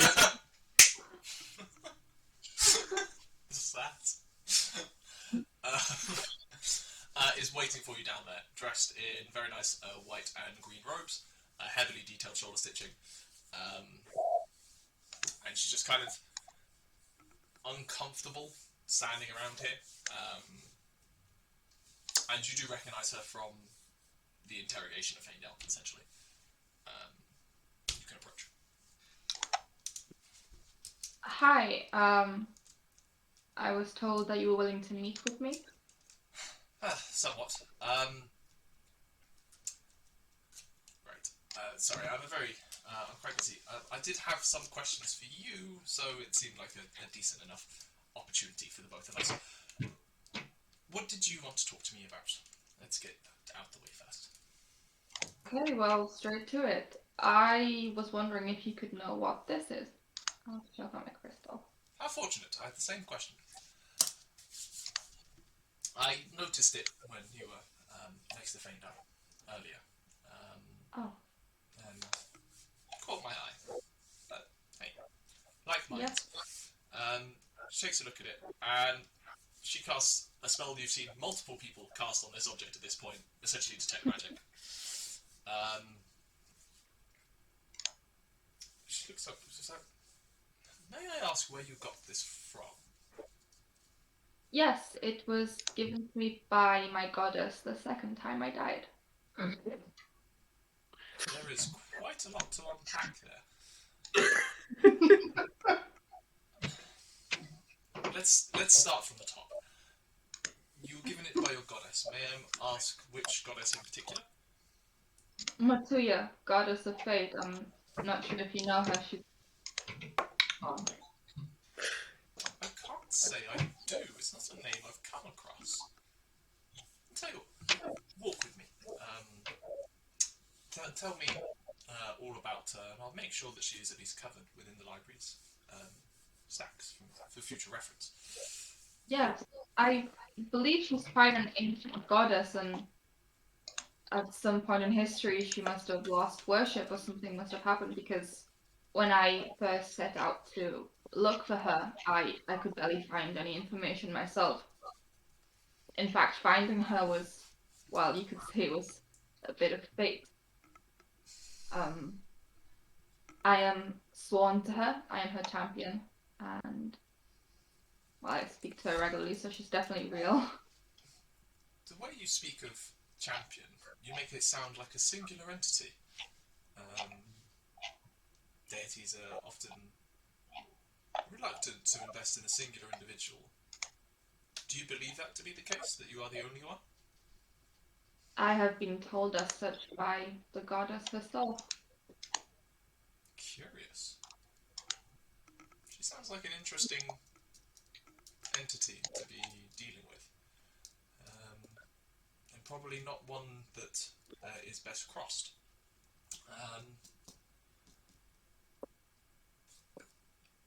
Excuse me for the confusion. You speak of a goddess of fate, and yet she seems to have permitted your return to the living not once but twice. Those two things seem at odds. They do. I can only assume it is because my role isn't over yet. She has bigger plans, and I am lucky enough, I guess, to be needed. There are many who can't say that, so... I know a few, but yes. Do you have any inkling as to what that part is? All I can say is that there are large forces at work in the world, and well, I don't quite know what is going to happen, but I have faith that I am needed. You are in the greatest repository of knowledge in the world. Is it possible that there is something here that may aid you? It is very possible. In fact, it is why Faendal and the rest of us have come here in the first place.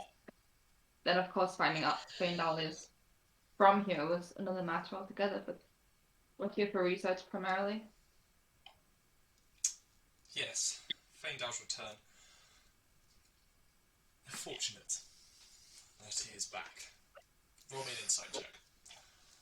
She don't like it. It's an insight check. It's a low DC. 16. 16. Yeah, she doesn't like him. Yeah. At all. Very well. I recommend making use of the time you have here while you are still here. Then. Now on to the object of both of our interests. I'm sure some people have mentioned to you at this point it contains abjuration and conjuration combinations. The exact combinations of which appears to be a pocket dimension-esque device containing a fairly powerful entity that, based on the runes and the discussions that we have had, I presume to be celestial in nature? I could only assume so, yes. That is a rare gift for a deity of not prominence to provide an essence of themselves into the physical form that one may wear it. I assume you have an idea why you have been handed it? Not really. She did say that it would be needed and that it would help me in some way. She also said that, I can't remember exactly, she talks in quite a vague manner, but as gods are prone to do. It does have something to do with the connection I have with my fellow members of my friends. I think in part it was a reward. Interesting. I mean, gods are less likely to hand things out on a whim. Reward is the whole reason religion exists. Shards of deities, celestials, angels, can have multiple purposes on the material plane. They can provide, if imbued upon an individual, an element of that divine being strength, although I don't believe that is the case here, otherwise it would have been within you rather than presented as this pendant. It could be used as part of an object, placed within something of significant power. It could be used as part of a ritual, where holy magic is required of significant proportion. there are multiple purposes. I hope you're capable of figuring out what this one is for. But you think that perhaps it is a part of the goddess herself? Part of her strength, maybe? It is my assumption. It's possible it is a contained angel of her following, but ultimately, if you follow the logic, angels are manifestations of the god's will anyway, so drawing that line is hard to achieve. It would be my assumption it is something of that nature.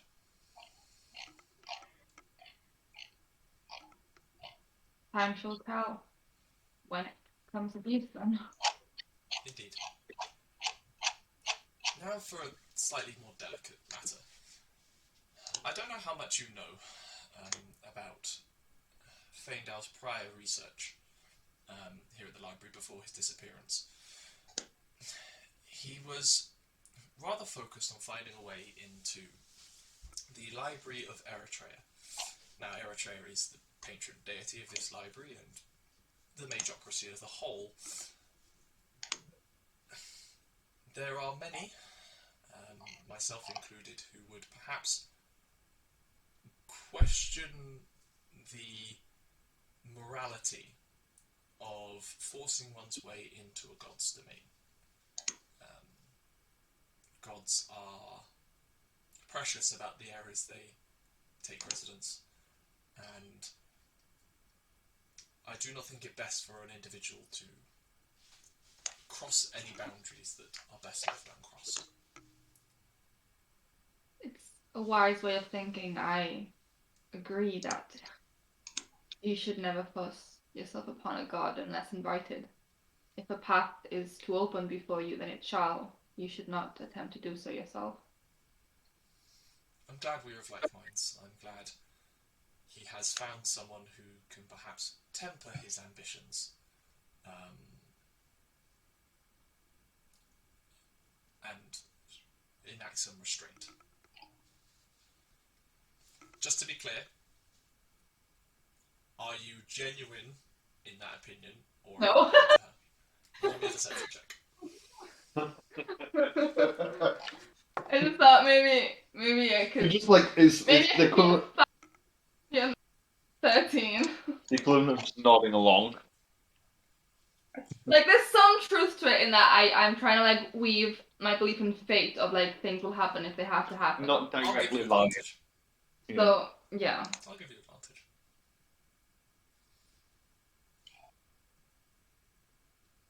18. She seems to genuinely believe you. Now, if you don't mind, I do have other things to be getting on with. I hope you find your purpose with such a powerful artifact, and if you do, I hope to one day discuss it with you. Of course. Anything else, if there are any matters, even if concerning Faendal, please. I am more than willing to talk and offer insight. I'll keep that in mind, thank you. And she heads off. You've kind of done a loop at this point, you're heading back towards Faendal's tower. That conversation took a while. So, in the meantime, while Nyah is elsewhere, your paladin of restraint, let's try and open a box that doesn't want to be opened. Let's do something stupid. Right, what has been cast? I mean, guidance can be cast multiple times, so that doesn't matter. This is cantrip. What is on? What is the situation that has been set up right now? So oil, Allows you to reroll the dice of the object.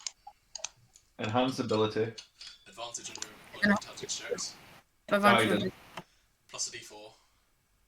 Is there anything else? You have the actual solving mechanism, which gives you an extra d6, which can be re-rolled because of the oil. Does Vent have anything to offer? Yeah, unless you want to be suggested to do your best and just fight through it. Probably not. Endlessly solve it for 24 hours until its brain is goo. His body could also be goo. Yeah, I don't really have much in the way of help for this one, I think. It's the mass suggestion equivalent of become a vegetable. To be fair, you probably offer more help than I do. I think advantage D4 and a D6 with advantage is pretty good. As good as it's going to get. We shall see. I need to find some notes. Alright, so. Arcana roll. Yeah? It's Arcana, yeah? It's investigation.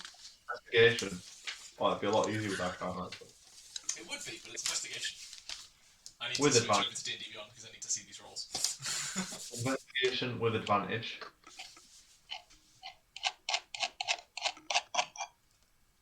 No way! Thank you, Rambear. Thank you, Rambear. Rambear's advantage just gave me a nat 20, which, by the way, without anything else, would still be a failure. Welcome to Puzzle Boxes. I roll a d6 twice. It's a That would 4, be a 4 out of 33, 33, and a d4. and a D4. 35. 35. Which, considering I had increased the DC because you'd stopped it halfway through and this thing hates you, is still high enough. You increased the DC? You paused halfway through, you don't get advantages for that. Come on, it's like a break. Like, you know, when you're stretching, you're like, okay, that'll be too far. Doesn't want to be open. Do you think leaving it halfway through is going to let it just... The enhanced ability also probably wore off at the end because things. So the DC probably. I set the DC to 35 for this one time. You have met it. Which means if I'd have got less than 30, I would have taken the damage. Yep. Yes. But It's a that's one-time funny. only thing. It's just to teach you to not pause. It takes another half an hour at this point. And you were just shifting things, and there is an air of tension in the room. But ever so slowly but steadily, elements of the puzzle box move and shift. And infernal runes light up at varying key points as things move. In a steady progression until the box is essentially glowing with an infernal red light. Vent feels quite at home. And eventually, the bottom of the box just slides, and out of the box falls a fat, bulbous, grub-like creature, which kind of worms its way out onto the floor, or more so because it would be on the table, onto the table, coffee table, and just starts sitting there, like, undulating and pulsing slightly. Ew. Not what? Doesn't make Fuck is sense. that? What? Roll to see if I know what it is. I rolled to see if I eat it. Religion. That is 21. Not a clue. Ew. Do we kill it? I'm drawn to shooting it and burning it. It's gross. Rambear's going to stand between Faendal and the icky, blubbery creature. No, Don't- it's cute. Round We've one, got- make a charisma saving throw. Head on each side. The fear. That's a 9. You feel something squirmy and sticky suddenly latch onto the back of your skin, or your fur, and burrow underneath the fur. You are reminded somewhat of the maggots on you, but this is bigger. Before your whole world goes to black, you see Rambear fall unconscious in front of you, and now behind you, that one grub seems to have multiplied into a bundle of 3 or 4. Oh fuck. Oh fuck. Thrungi just goes, "What the fuck did you do?" This is not what I thought would happen. I'm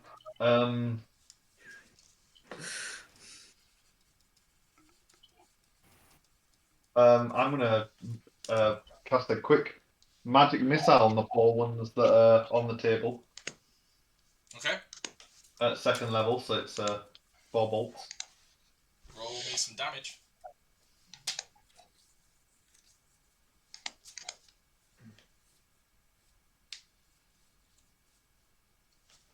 That's 1 to each of them, of course. So that's 2 of them get hit with 4 damage, 1 of them gets hit with 3, and 1 of them gets hit with 2. They all like they're leaving burn and scorch marks that crack the table in half, and you see these grubs kind of scatter across your room. With your high enough perception, you can see that they then keep moving and start coming back together. Oh fuck. Balthazar, you would have been relatively close. Roll me a charisma saving throw.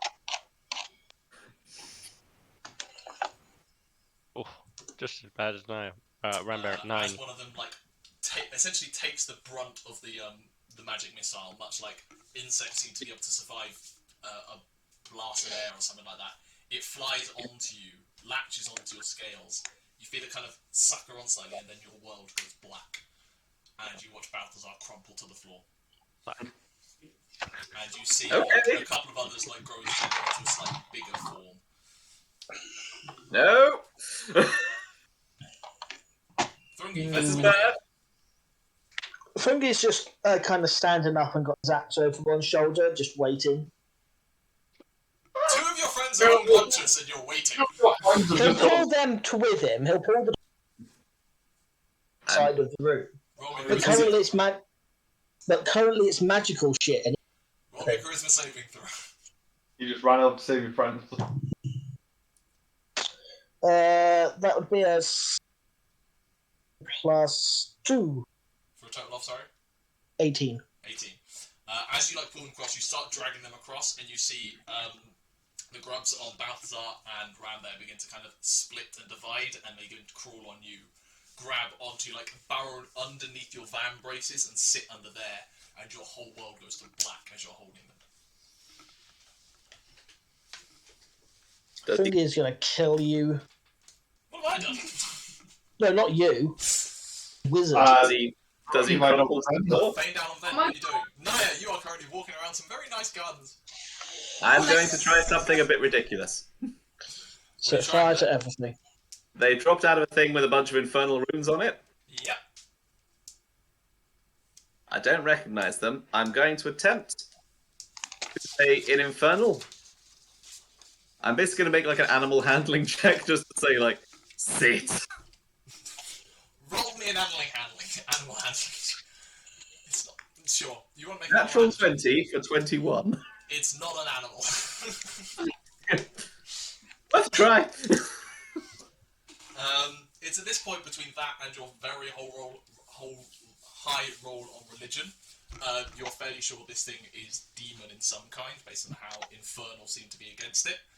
However, as you realise that, I need you to roll me a charisma saving throw.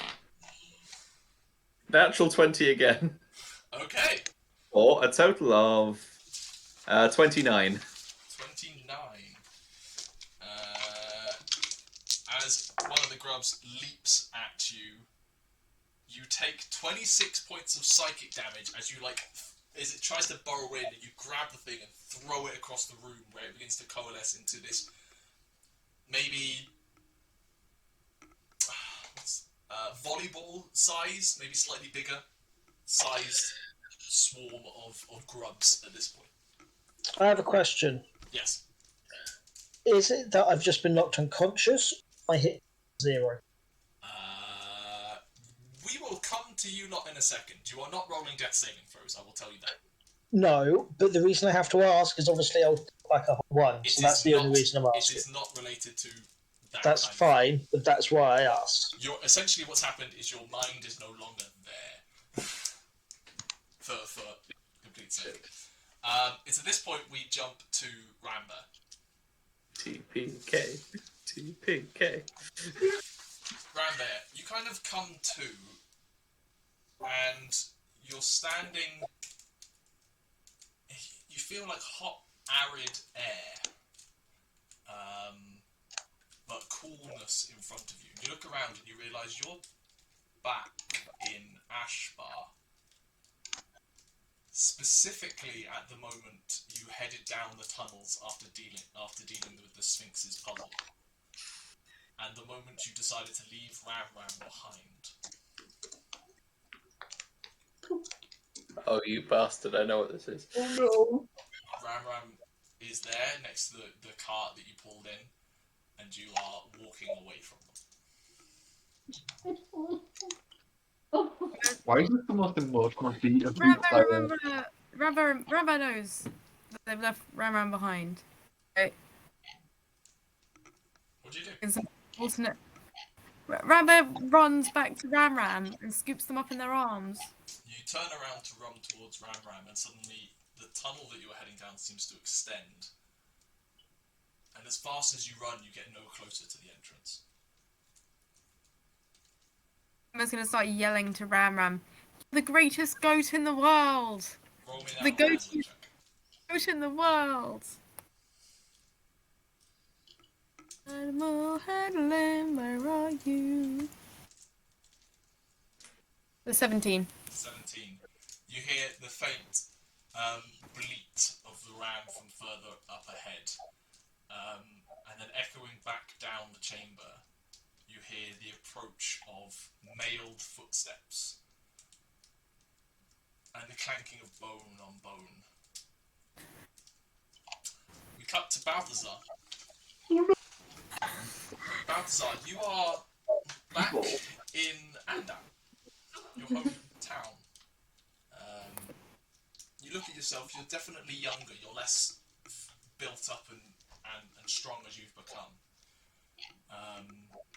And you're heading to your mother's house, or at the time looking around, your mother and father's house. And you open the door and you see on a bed your father looking incredibly pale, his usually vibrant red scales faded and almost like crumbling off slightly. He is very clearly ill, and your mother is trying to tend to him. You come in with a vial of some kind that you know you crafted up at the monastery, and you start trying to feed it to him. And you're sure this would work, you're sure, and nothing happens. He coughs up a little, and usually when your father would cough, like little embers or smoke would come out, but there's just nothing. What do you do? I think I just collapsed to the floor. Just head on my hands and my knees. You hear a voice in your head, you're just like, it's so painful. The memories of the past, you just want to forget. I can make you forget. I can make it easier. We cut to Thrungi. Thrungi, you are standing in an open field outside of a large city set into mountain rock. You are surrounded by hundreds of burnt and bloody dwarven bodies. You yourself are caked in blood and dust and ash. Your axe held limply in one hand, and you look back as the city behind you begins to burn. What do you do? I go into the city. You begin walking towards the city and the fields of dead as crows and other carrion birds begin to slowly descend onto the lifeless corpses of dwarves staring up at skies. The battlefield seems to stretch on for eternity as you walk towards the city you used to call home. And a voice comes to you and just like, so much death, so much disappointment in yourself. Wouldn't it be easier to just let go of past sins and move on? Aye, it would be easier, but that would be the coward's way out. For the weak. for those who have given up on themselves. Roll me a wisdom saving throw. Be 21. 21. You grab onto something, some burning faith inside you. That singular moment when this happened. You remember a series of words you uttered at the time that have driven you to this point now. And we cut back to Rambear as the sound of bones and blades and the roar of a lion echoes down the corridor. You see bolts of green and black energy light up the tunnel you're standing in. What do you do? Rambear continues running towards Ramram. Roll me a wisdom saving throw.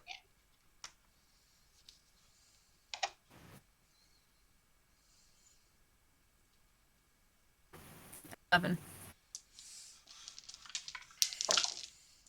You try to focus on reaching out towards Ramram, but your fear and panic begins to take over, and your sense of this place being you begin to believe this reality. You take 6 points of psychic damage as you run and stumble and clatter into the ground. You hear strained bleats of your closest pet echo down from animal companion echo down from up above, and the shouting roar of the Sphinx yell out in pain. Balthazar, you've been offered something. What do you do? Because this is in my head, I'm not going to say anything, but just think to myself, I can't forget my father. Roll And me a just go. keep crying, head in my hands. Roll me a wisdom saving throw.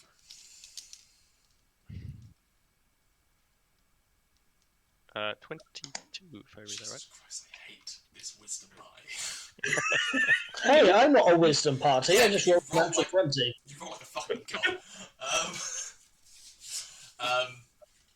Something inside you just hits, and despite the pain you are feeling right now, there is an element to what transpired here. You remember that if this doesn't happen, you don't leave. You don't become what you are now, where you are capable of saving other people in the way that you couldn't save your father. You get up from your position and walk out of your house. Outside are the faces of people you know from the village, Paladin and Pritrium, various others who have a look of disappointment on their faces, scowls, the look like they're staring at a failure. And the voice comes back to your head and goes, can you deal with the disappointment that they have for you? The disdain that you weren't good enough to save your own father?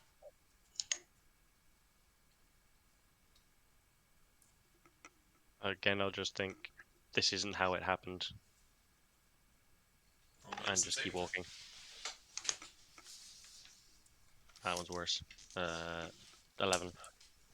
You begin to try walking away, and it's like the whole town has turned out to kind of try and shame you, and as far as you walk, you can't seem to get away from them. And you are struggling, walking through, dealing with their oppressive gaze. Thrungi, you have steeled yourself somewhat. What do you do?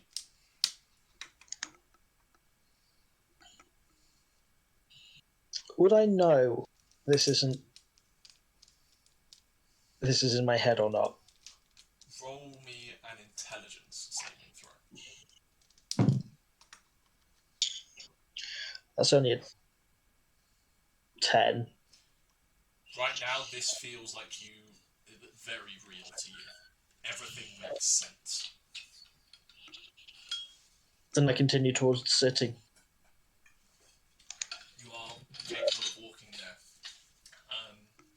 And you walk through the burnt and blackened gates, exploded by some unimaginable elemental force. Walking through the outer city, you see buildings cracked and burned, dwarven and orcish bodies scattered around.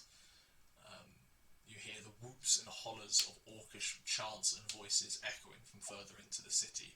As you look around, the sense of failure, and the voice echoes in your head. Can you really live with the deaths of the civilians? The innocent families that you let get slaughtered? I can make it so easy for you. Just give me one memory and it will all go away. Thrungi just swears at the voice. Roll me a wisdom save.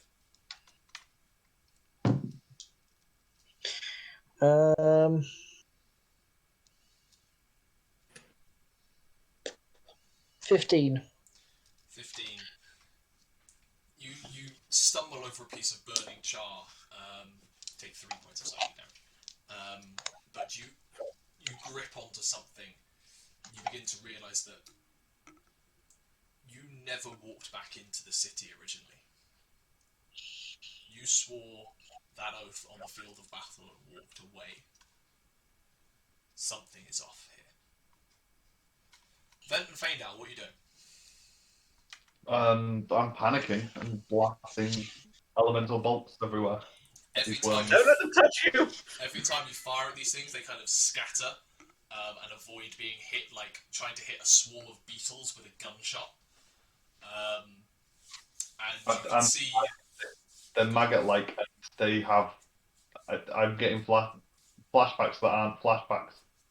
I was going to say this. There is something tickling in your mind where you just occasionally hear laughter where you're just like, I have dealt with you before. And you begin... Can you roll me a wisdom save as well, please?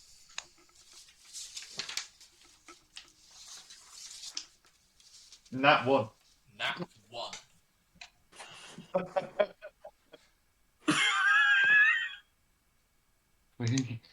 TPK. You don't TPK. recognise the tiefling that's standing in the room with you. There you Oh go. god. You don't recognise that tiefling that's in the room with you. For a minute I was like, what tiefling? Exactly. Before I do anything, what did Vent do? What was Vent doing?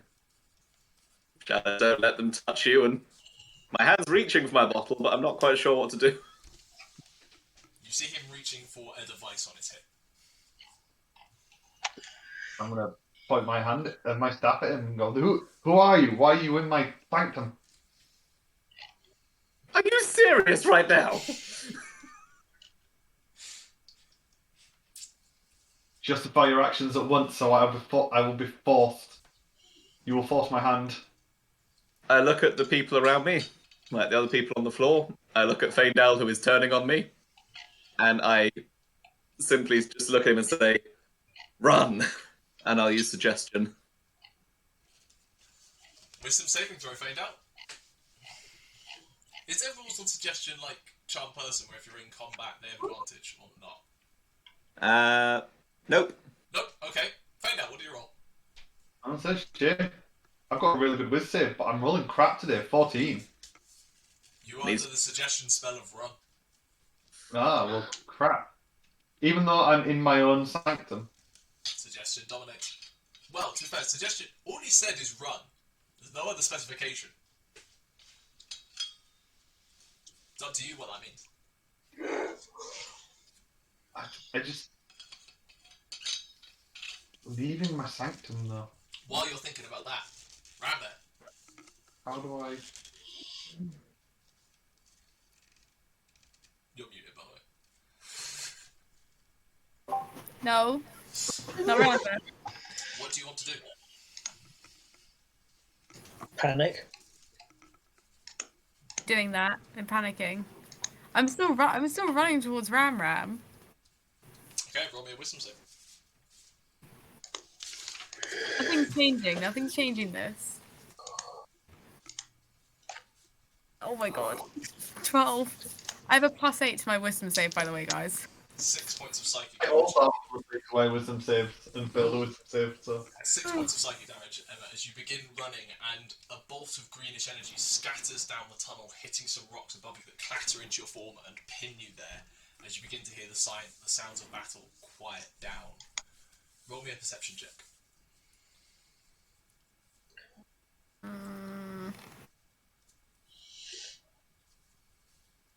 Are there still goat sounds? That's an unnatural 20. You do not hear any goat sounds. With that natural 20, I will also say... Well, not natural 20, total 20. You never heard any goat death sounds, either? Yeah. You don't hear a goat sound.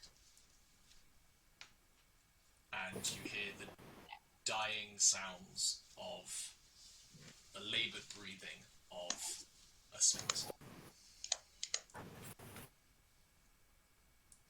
Do you want to keep this pain? Or let it go and never deal with it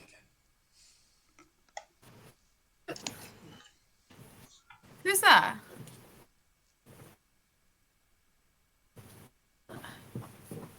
I'm just gonna like stick a claw in the ear and just do the the waka waka sound. Clear it out. Roll a wisdom save. Well. Yeah. 21.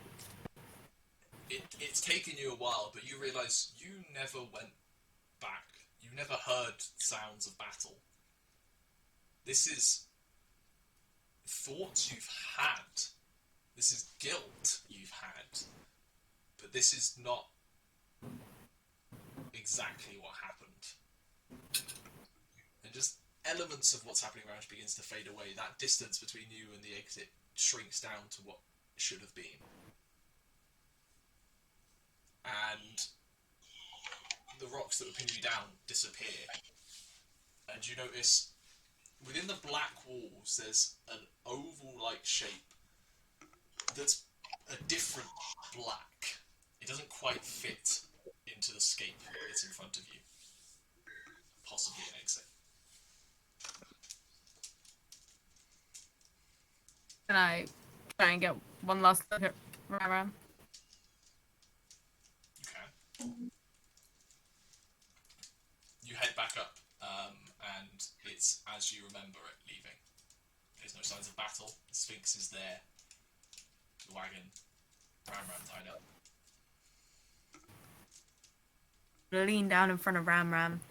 Say, "You're the best goat I've ever known. I'll see you soon, friend." And then I'll go to that oval, dark door. And as you do so, that whole imagery just kind of melts into warm satisfaction, and you hear like a sound from whatever voice had talked to you previously, and you exit out. You exit out into a weird corridor of kinds. You're in this weird space where you think it's a corridor, and so it is a corridor, but it's not a corridor. And towards one side is light, and towards the other side, as you exit, you can hear noises, over-talking noises that seem to not necessarily align with each other. Roll me a perception check.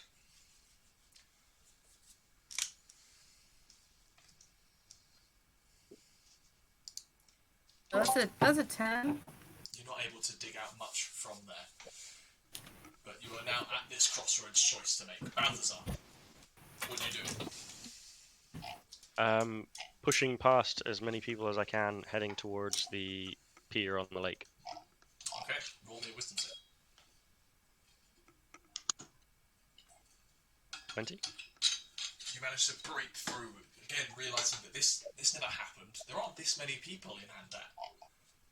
and you push through, and you get to the side of the side of the lake, and you look around you, and you realise nothing here is making sense. And at the end of the pier, there is a faint shimmer of something that's there and not there, slightly oval in shape. I head towards it.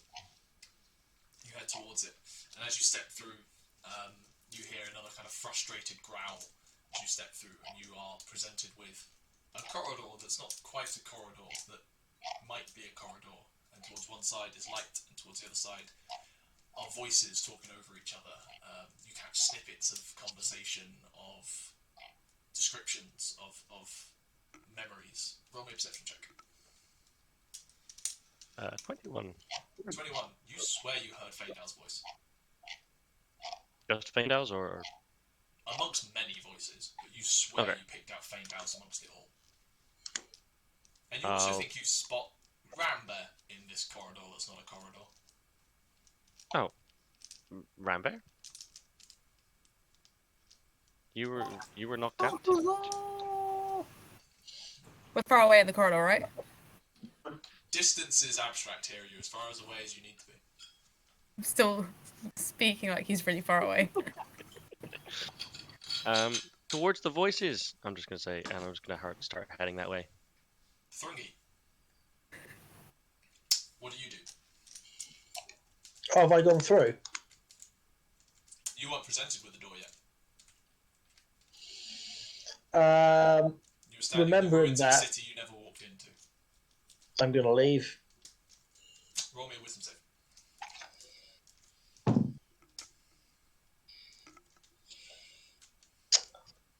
6. 6. You take 8. Oh, 5. You take 5. 8 points of psychic damage as you try to leave this city that you never walked into, and you're suddenly realizing that as like flames begin to like cascade over you from a building that's burning down, you're suddenly realizing that how do I get out of here?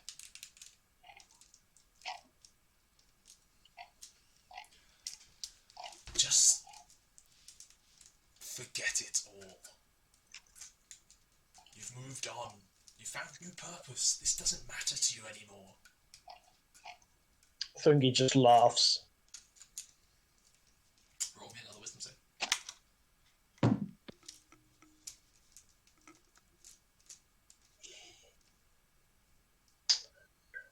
14. 14. You take 3 points of psychic damage, but then that gatehouse that you walked through begins to shimmer, and initially you think it's just heat haze. And you realise that's not heat haze, that's something slightly different. I'll walk towards it. You hear a guttural, kind of angry yell as you step through into a sound-deadened corridor. Light coming from one side, noises coming from another, and you swear you hear Balthazar say, "Go towards the noise." Before I go through the door, when I hear that growl, I'm going to say, I'm going to come for you, and I'm going to fucking take your head off. There you are. You step into this corridor with Faendal and Rambear. Balthazar. Sorry. Faendal and Ven, what are you doing? Nyah, you're kind of doing the loop. You're nearly finished with your conversation. I realised, is suggestion like charm? Is it an actual charm effect? That's a good question. Let me have a look. Is it not mentioned charmed creatures can't be? Like if you're immune to charm? The target must make a wisdom saving throw. The suggested. No, it's not a charm effect. You just do what I say. It's creatures that can't be charmed are immune to this effect. Yeah. I would say that you would have advantage as an elf because it is essentially a charm effect. The other thing I could do is that what I was potentially doing is I could at the very least know that I'm being suggested and cast Dispel Magic on myself. That seems a bit more. I'd say the idea to run away from your own sanctum is weird. Yeah. Enough for you to think about doing that, yes. So instead of doing the advantage thing, I'm just going to be, how dare you suggest me and cast Dispel Magic on myself? It is an action, so it's my whole turn. But yeah. You come back to your senses and you still don't know who this guy is. But you do recognise the 3 unconscious bodies in the room. Do I recognise who they are? Yes. Yes. How dare you come into my sanctum, knock my friends unconscious, and then attempt to suggest to me you have one more chance to explain I'm for this shit. You have one more chance to explain yourself.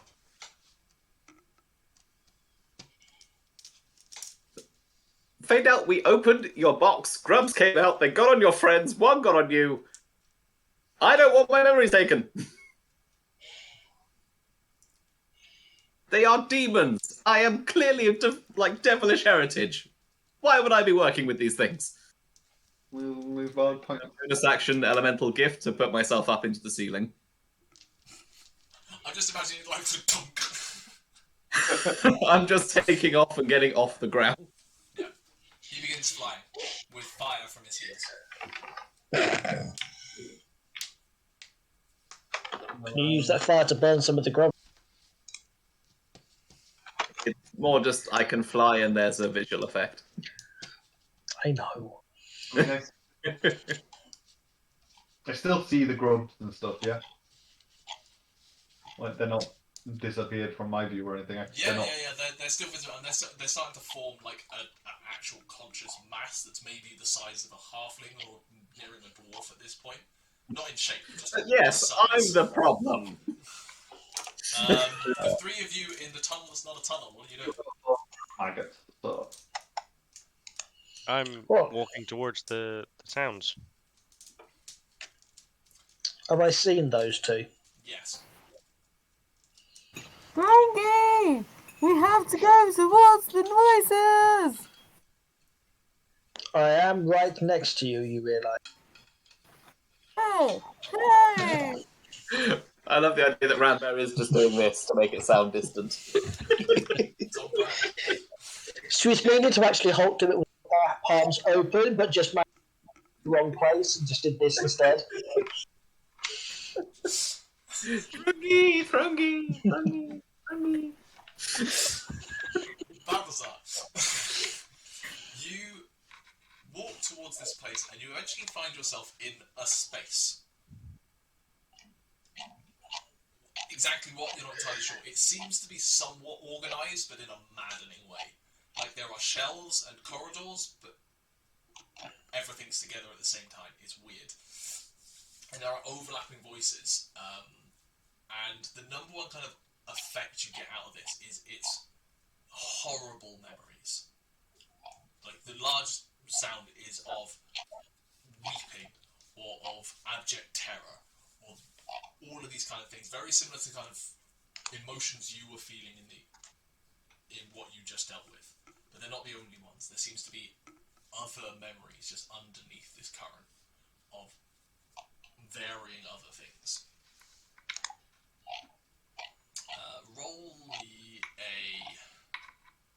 some intelligence.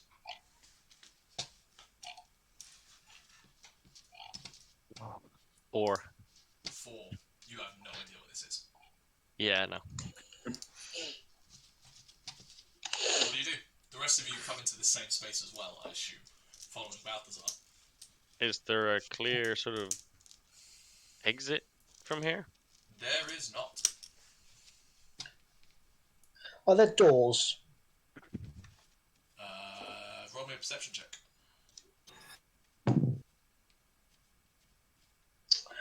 That is 16. 16. There was a doorway that you came through. That's all you're getting. You hear Balthazar. You hear Faendal's voice again. It's not a memory you remember having with Faendal. But you hear his voice. Faendal? Faendal? Call out and see what happens. There is no response, but make me an intelligence saving throw. Oh boy. Moral of this That story. one. That one, you take 11 points of psychic damage. As you're running through this, suddenly something just whips out and smacks you inside your skull, and you're reeling as suddenly your head is spinning from some kind of mind whip, and you're kind of stumbling and not entirely sure where you are, and you two see him kind of lock up and freeze for a second and just go a bit static, essentially. Missing out. So, You're a decent shot. are we just in a stone gap? It's not stone. You're not sure what it is. You think it's stone, and it appears to be stone, but then it's not stone. Roll me an intelligence check. 8. Not a clue. This makes no sense. But I just know it's not stone. It could be stone. It's not stone. Is it stone? Cool. So, what do we have on us? Do we have our stuff? You seem to have everything you usually have. Cool. Then I'm going to take out one of my hand axes and start carving the stone. Roll me an attack roll.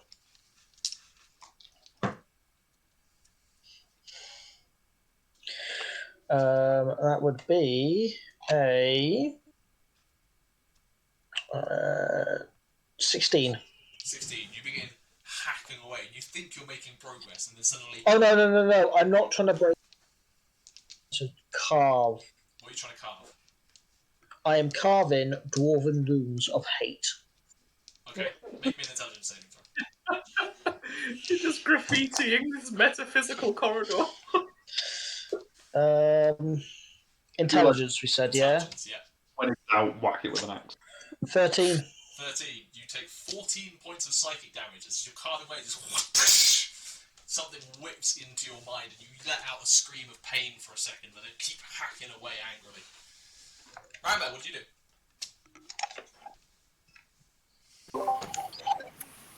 So, Faendal's, did Rambear hear Faendal's voice? You didn't, but Balthazar mentioned that he could hear Faendal's voice. So you can listen for it again if you want. Can I listen out for Faendal's voice? Perception check. Why did I leave the page? Ability sets and saves.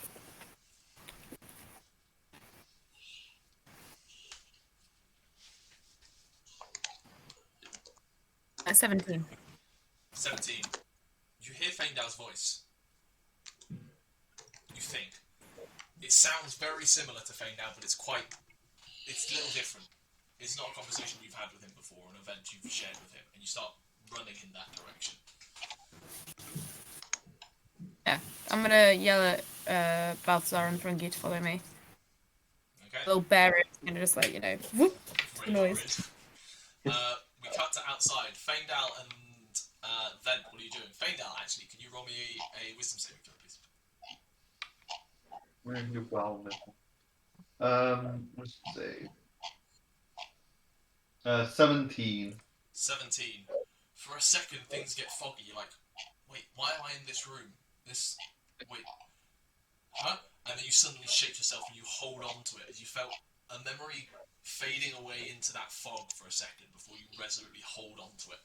What do you want to do? I would say at this point, the form is medium-sized at this point. Ben is less of the... Although that weird fiery tiefling dude is less of a threat. He seems like a coward. So... that blob in the centre definitely looks like the more dangerous thing. So... You little bitch. So it's getting a bolt. Elemental bolt. Ooh. Yeah, elemental bolt. Sure, roll me an attack. I was trying to remember how it worked then. 23 to hit. That definitely hits, and it's not big enough to kind of scatter and split apart at this point. You fire into it. Roll me damage. Wait, 13 of...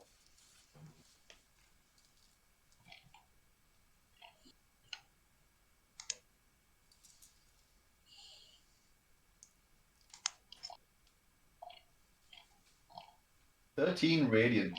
13 radiant damage. You see it and you see a couple of them scatter and burn off into the side, and it suddenly lets out a roar of some abyssal nature. I need you two to roll initiative. Those of you inside, you hear this roar echo around the room you are in.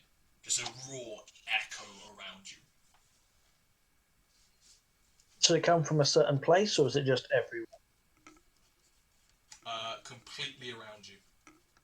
You are unable to locate it in any particular direction. Vent, what do you want to do? I rolled 12 on the initiative. 12. I also But before combat, I think is what we were saying. yeah. When we left the Dolar gate room, did we close the door? I think Faendal would have naturally closed it straight away. He's now got the key, he can open it anytime. It would have logically closed it. Right, yeah. Just making sure of that. In that case, I will just rear back with my staff. I guess we're doing this then. Draw back and just launch, it looks like an arrow that sort of strikes, burns, and then just turns into a pillar of flame as I cast Flame Strike. Okay, what's the radius on Flame Strike? 10 foot. Okay, that's fine. You can position it next to it. So it's a dex saving? Yep. That's a 6. All right. Ready for 46 of fire, 46 of radiant. Nice.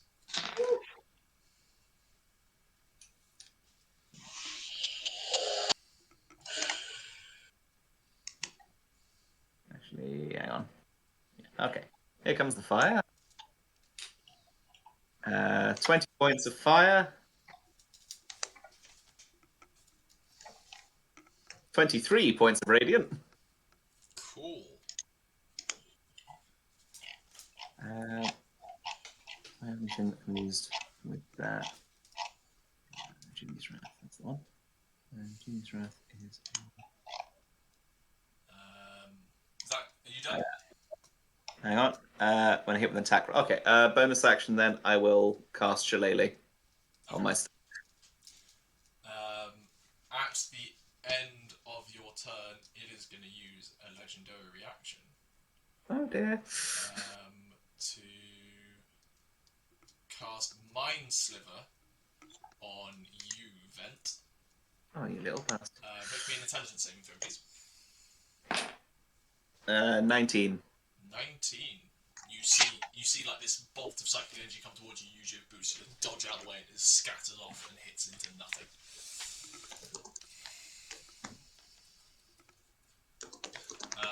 Jumping back in, what do the three of you inside do?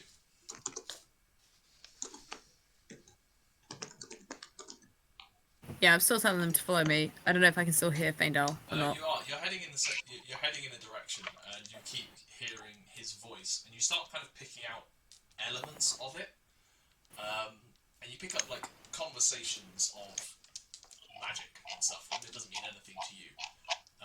But the loudest part of all you pick up is the sounds of battle and the cries of wounded, clash of swords and sprays of water.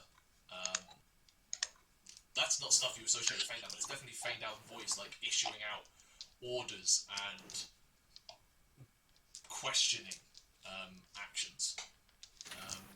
Roll me a survival check.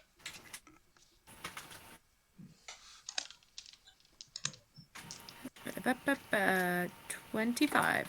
25. You are bearing down on this point. You've essentially echo-located it in, and you're bearing down very close to where it is. Is there anything either of the other two would like to do? I'm just I following. would have, followed Rambear if she said. Cool. Rambear, make me an wisdom. No intelligence saving throw. Oh, wisdom! It's intelligence, sorry. 15. Was that 15?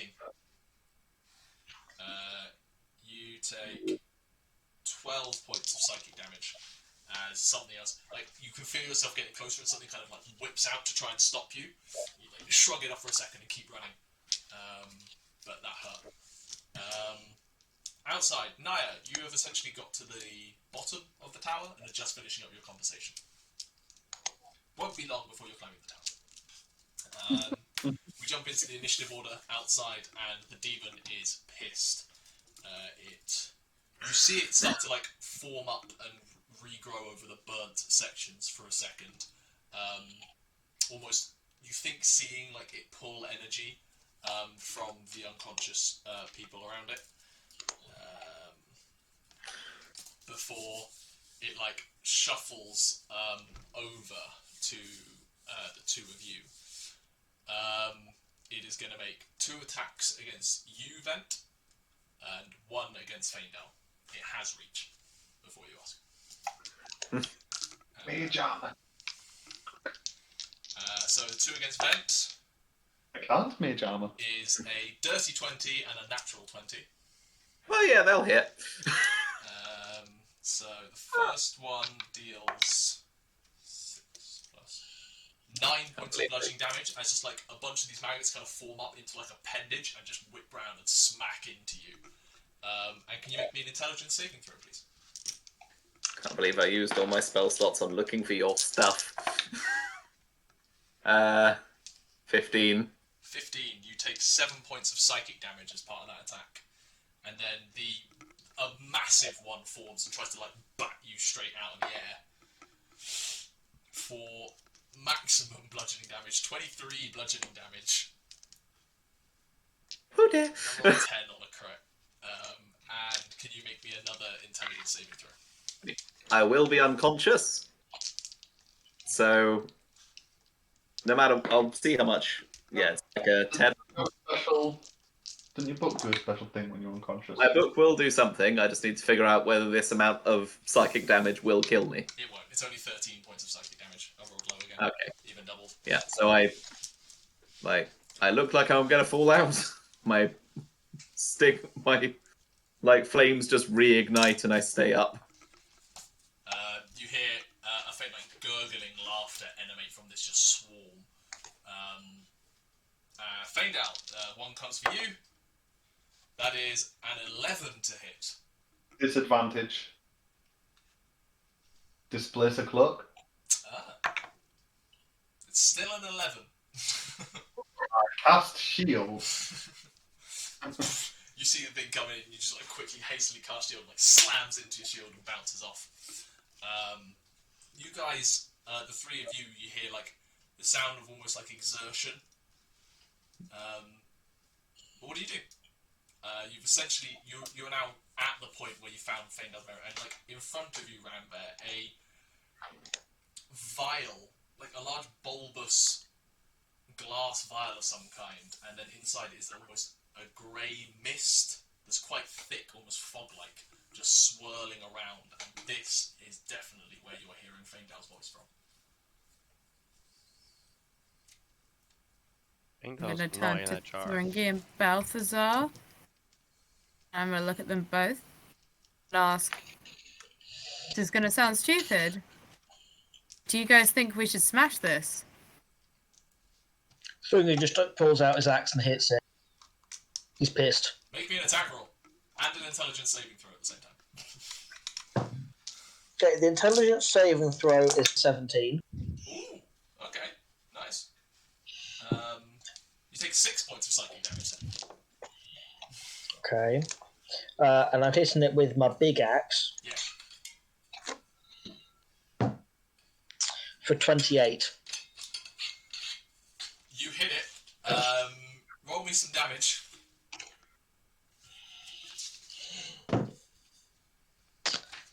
Um,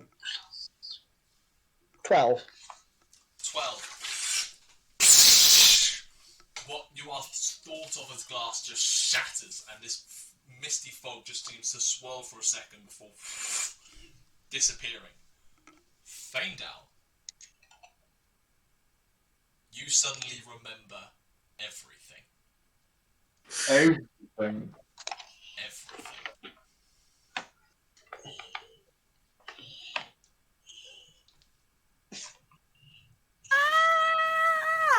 Rambear and Balthazar, you both need to make intelligence saving throws as well. Ah. Not sure I Oh. There were better times for that to happen. now I have to actually write backstory. 13. Was that 15, Stephen? 13. 13. You take 16 points of psychic damage. 13 words of backstory. 7. 16 points of psychic damage. 800 years of memory have just hit Faendal in the space of 6 seconds. 700. Not 8. Though the two of you on the outside, you suddenly see this thing like convulse suddenly in what looks like pain, and you see like it begin to shudder slightly, and a couple of elements of it seem to like fall off and slough away. It seems to be weakened somewhat. But it is Faendal's turn. I remember everything. I remember everything. Yeah. Everything. Literally everything. Including that Bent isn't my enemy. Yep. Cool. Good. Including all of my spells, do I get to upgrade my spell list? No. Be It's just the memories that have come back. All right then. I'll look down, draw my sword. I remember who I am. Oh, no, I wouldn't do. Oh, I've got to make a decision now, a moral decision. Do the cool thing. Yeah, okay. Faendal's evolved. I'm going to cast Tensor's Transformation. Remember who I am. And once again, like on the stage, engulfed in a glowing light, Faendal becomes younger, stronger, and his sword fully forms into a full-on rapier. He's ready to fight. Is that your action to do? It is an action to do, sadly. Anything else you want to do? I cannot do anything else. Okay. Except right. At the end of your turn, Vent. Mm-hmm.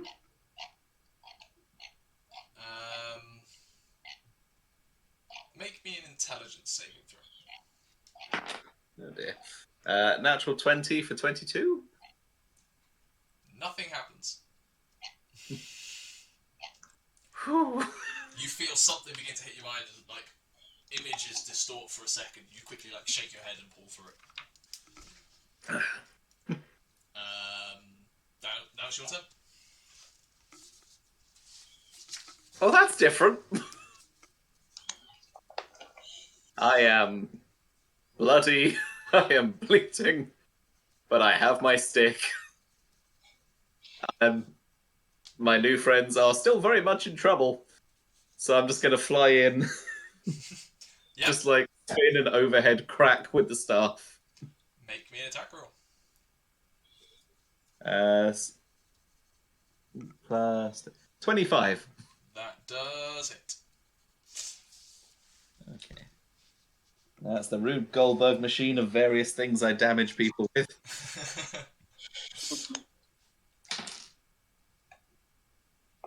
10 points of bludgeoning.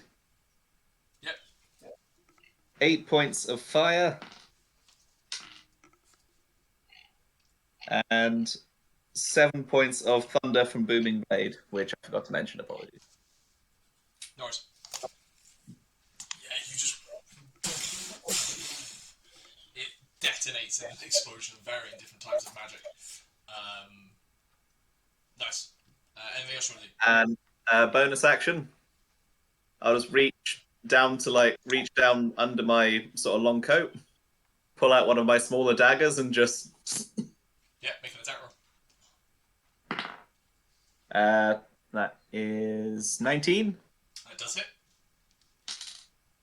for 4 points of slashing damage. Is this a magical dagger? No, this is just a regular old dagger. Yeah, you stab it in. At the end of your turn, it suddenly forms into another appendage. Whips at you for having caused so much damage to it. That's fair. That is a natural 19. I am unconscious. I don't think it can do enough. 6 bludgeoning damage, and you've got more than 4d6 worth of hit points, so I'm not going to bother with the intelligence save. Well, it would actually still do the damage, that's just something to note. But yes, you are back unconscious. That is the end of Vent's turn. Nyah, you are casually walking up the stairs.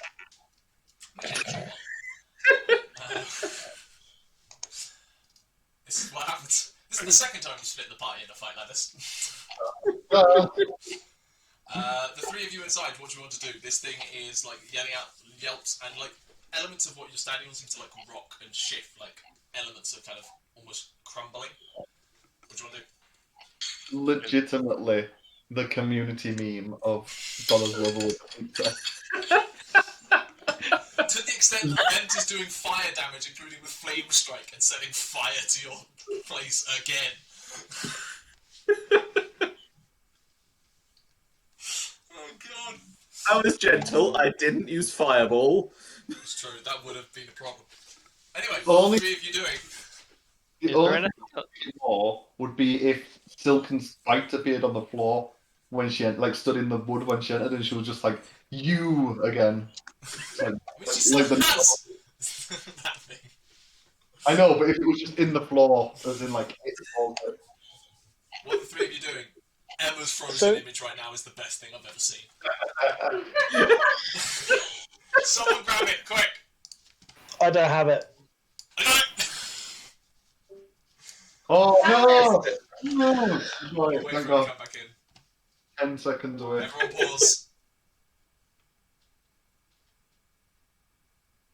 Don't make me switch to 6 screen, Emma, please. There you go. And she's back. No! I froze the stupid face. It's a great face. It's my favourite face yet. No, I think is my tongue like halfway out? Does it look like I'm about to vomit? Yeah, One eye was put it sort in of the chat now. open. It was I thought rather incredible. when I did the face, I was like, I'm gonna regret this. And then my internet froze. I was like, I regret this forever. Oh my god. Uh-huh. No, it's okay now. Anyway, what are the 3 of you doing?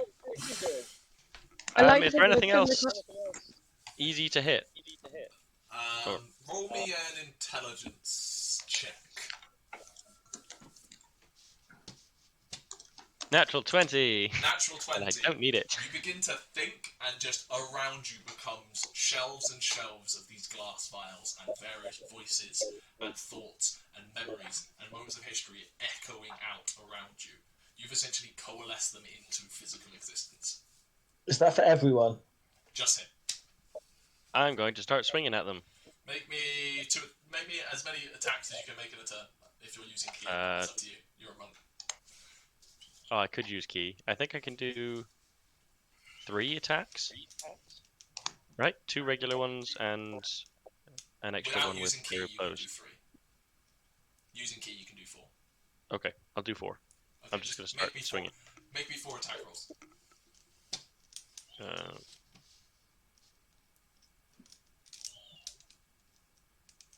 That was quite good. Where's the list? 27, 16, 21, and 13. 4 glass vials just absolutely shatter, and the mist that was inside them just wafts for a second before disappearing like it was never there. You feel like this whole place begins to shudder and shake. Make an intelligence saving throw. The 2 of you on the outside, you see him almost... If a swarm of grubs could scream in pain or frustration, like that seems to happen. Intelligence The saving impression of 5. screaming from where I'm currently bent over a table. So what was that, Stephen? 5. 10 points of psychic damage. Thrungi has no idea what's going on. You've just seen him like lash out and punch some stuff. Both of you make intelligence checks. Say, Balthazar, you would have realised this. You are in a mental state. You are essentially in something's mind. 11. You've got no clue what's going on. Stuff that makes Thrungi. sense. Even less idea what's going on. Balthazar, you're aware you are inside possibly that grub's mind. Would I know how to get out? What to do? There was another exit that you didn't head down. That occurs to you. Okay. I guess I've just taken my action, haven't I? You've got movement. I will just say, maybe we should go the other way down that corridor to the two next to me. Do you start running or not? I'll start moving slowly, not just sprinting off. So, Balthazar punches the air 4 times and then walks the other way. Yeah. We jump to the outside. The demon begins to shake and shudder and react angrily. It does seem to piece itself back together, though. Slightly. Annoyed.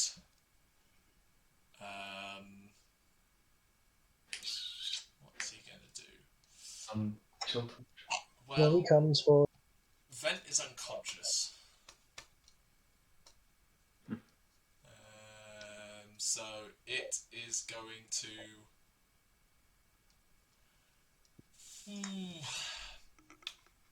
There's a big shiny wizard man over there.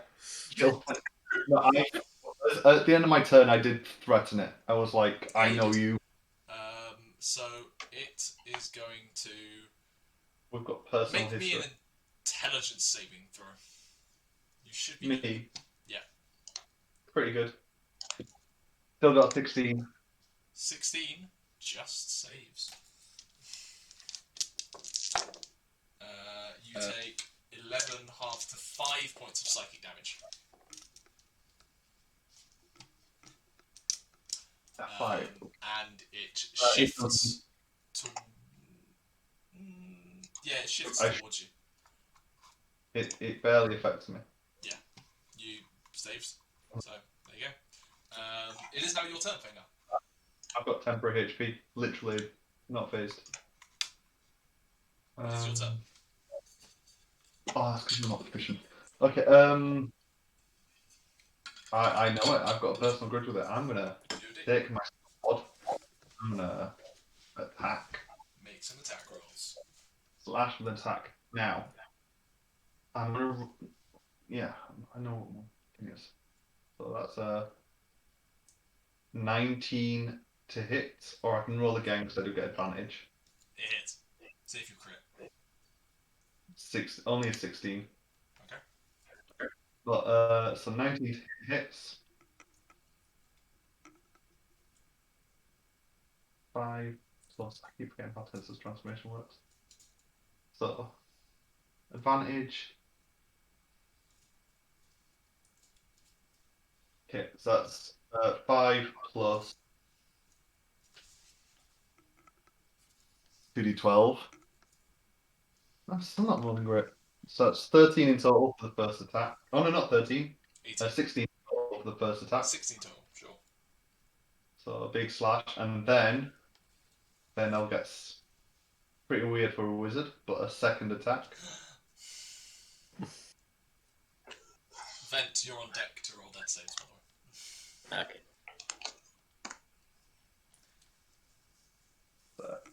21 to hit. That does hit. Roll damage. God, I'm so bad at rolling. 2 plus.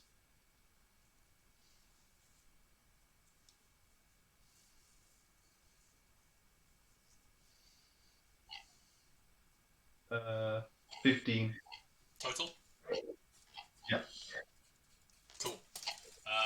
Under this assault, it uses its reaction to, as one of your attacks comes in, like slashing down with force, it takes that blow and divides into 2 forms of grubs. Let me do some quick maths. There we go, that's well done. And then as a legendary action, one of them is going to whip one of its appendages at you. For a 16. I didn't know whether tensors gave you benefit. No, it gives me a different thing. Fair. So you take 10 points of bludgeoning damage and make an intelligence saving throw, please.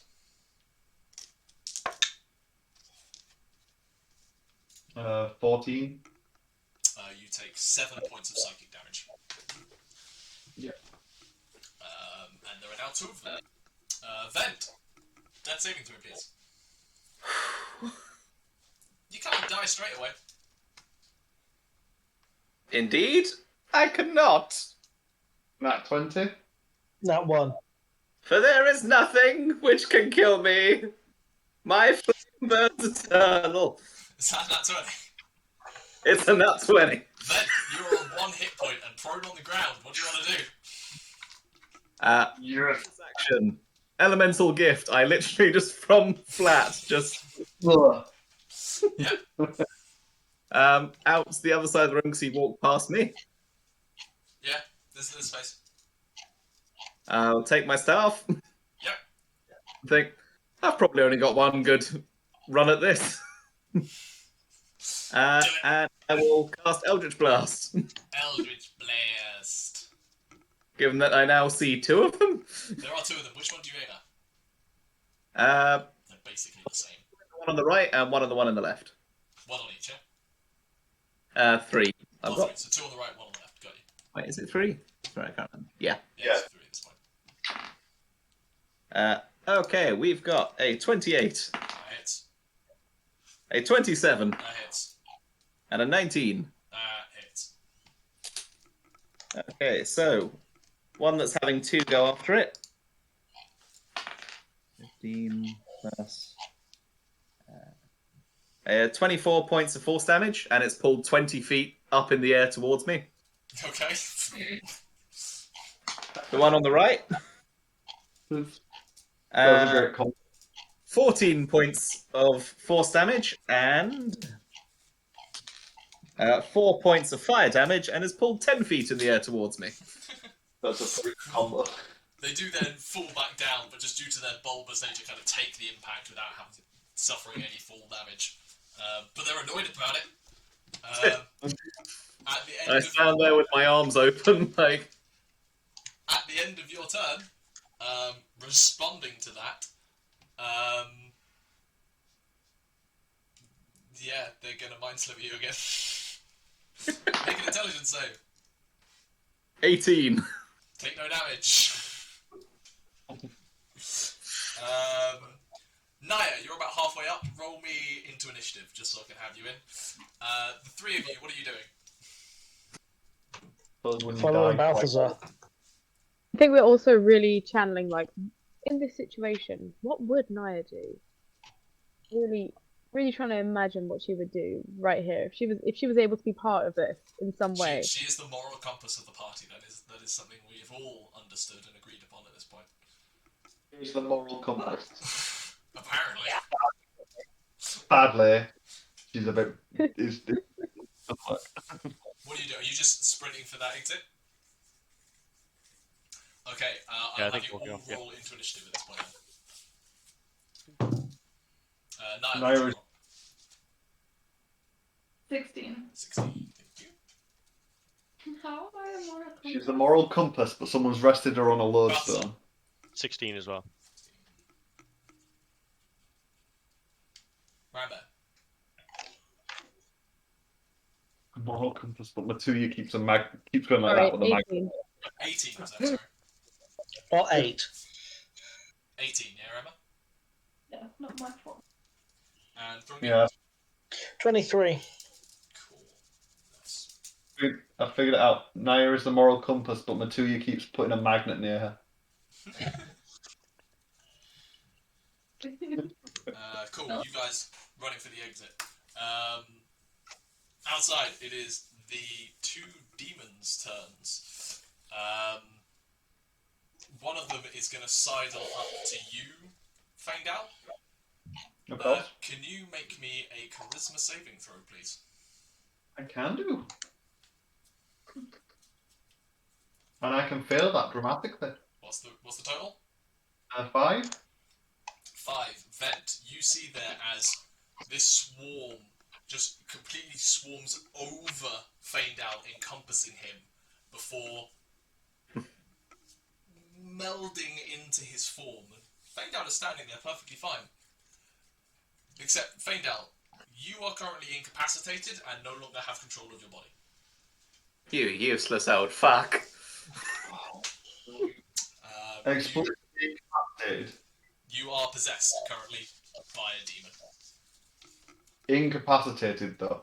No, so essentially Okay. you are incapacitated, unable to do anything. I control you, is basically what that incapacitated is doing.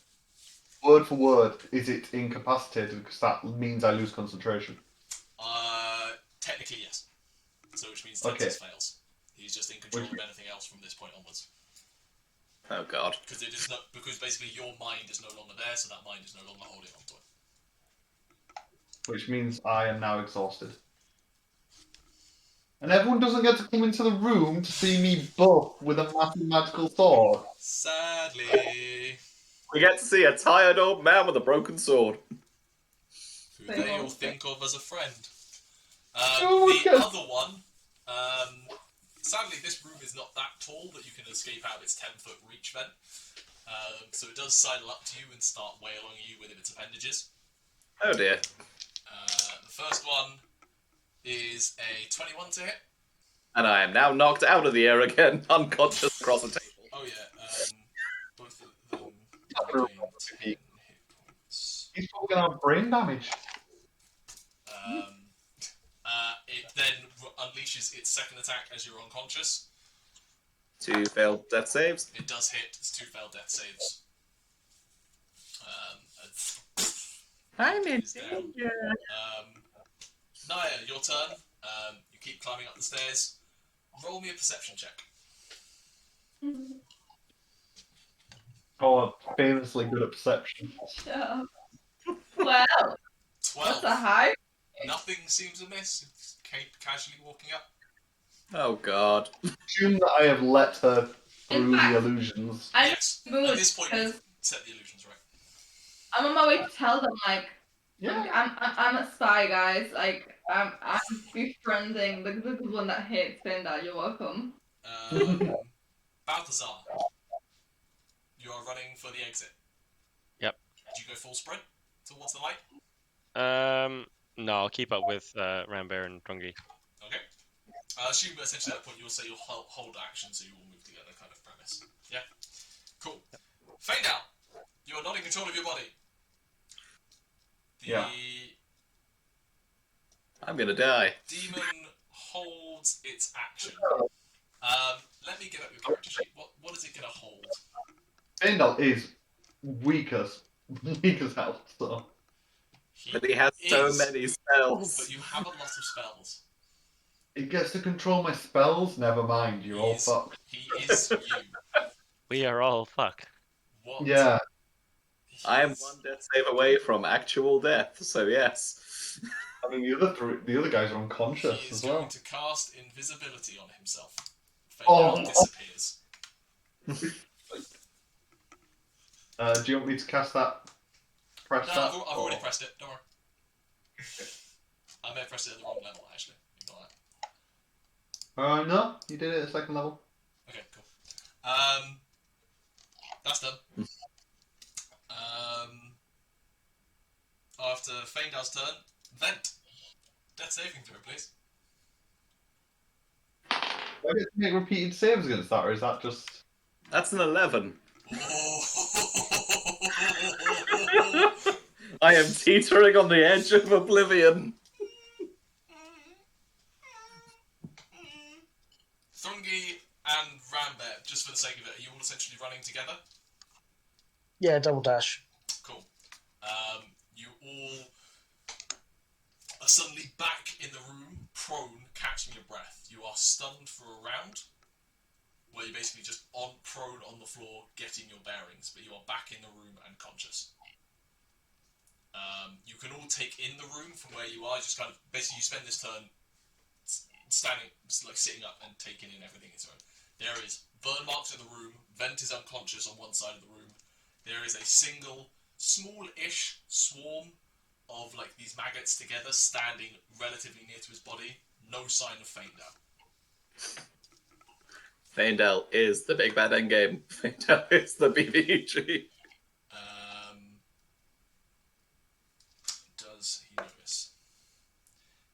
does. Who does he feel is weakest?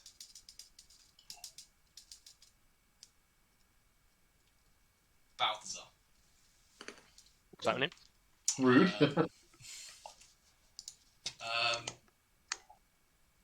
Yes.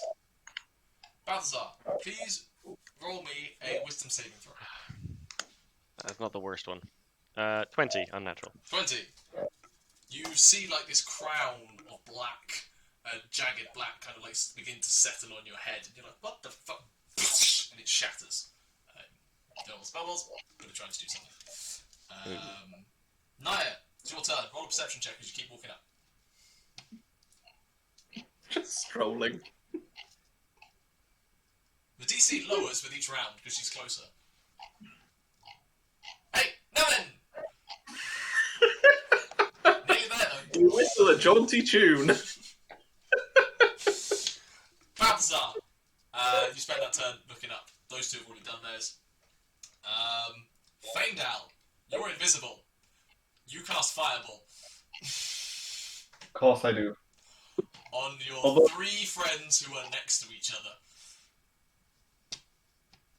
You are all prone. Important question. All How flammable. is the room? The room is One- fairly large. Fair warning, guys. When they cast Fireball, the invisibility does fade off. Yeah, I was fully aware what I was doing. Okay, I cast Because Fireball. what this also does is deny Bryn the advantage on the deck save. Yeah, so it's a straight roll. It's a straight roll, because you don't see it coming. Do you want me to do it? Yes, can you please roll damage? It's just a 3rd level 1, I'm not upcasting it.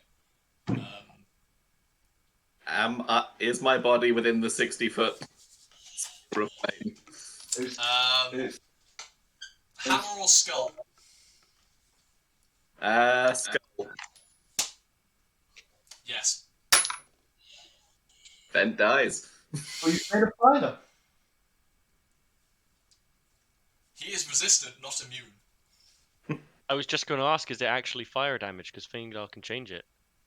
And that's important for my own resistance. It's not Faendal. Faendal knows how to This change guy it. I'm not- has it. The demon has enough But he's- control to do basics. I'm not giving him absolute complete mastery of Faendal. Okay, so it is fire damage. It is fire damage. What are people's deck saves? I didn't roll a dex save. Mine is a 21.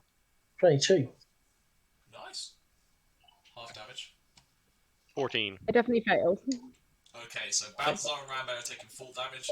Thrungi is taking a quarter damage. What Half. was damage? Oh, you're not raging yet, are you? 29? It was 29 that I rolled. Okay, so 14 for Thrungi, 29 for the 2 of you. I'd take half because I have resistance to fire damage. Yeah. But that's 14. I don't, because I'm a bear. The smell of burnt hair begins to fill the room, and you see Vent's body crash up against the side of the desk and stop breathing, and the light of his skull just goes out. What is it with you and Hugh and Andrew's character? I just need to stop being guessing. I gave him a 50-50 chance. Fireballs are large range, and Pretty generous. It's 40 foot diameter. Yeah. Oh. that is the end of Faendal's turn. Vent's turn. He's dead. Thrungi, what do you do? If you'd have perceived, I expire. I end. So Thrungi goes into a rage Shocking. and stands up. Yeah. So there's one creature and find out, right? Yes. He's going for find out. He just threw a fire. oh, my temp HP is gone as well. It's so much temp HP. Roll me an intelligence check.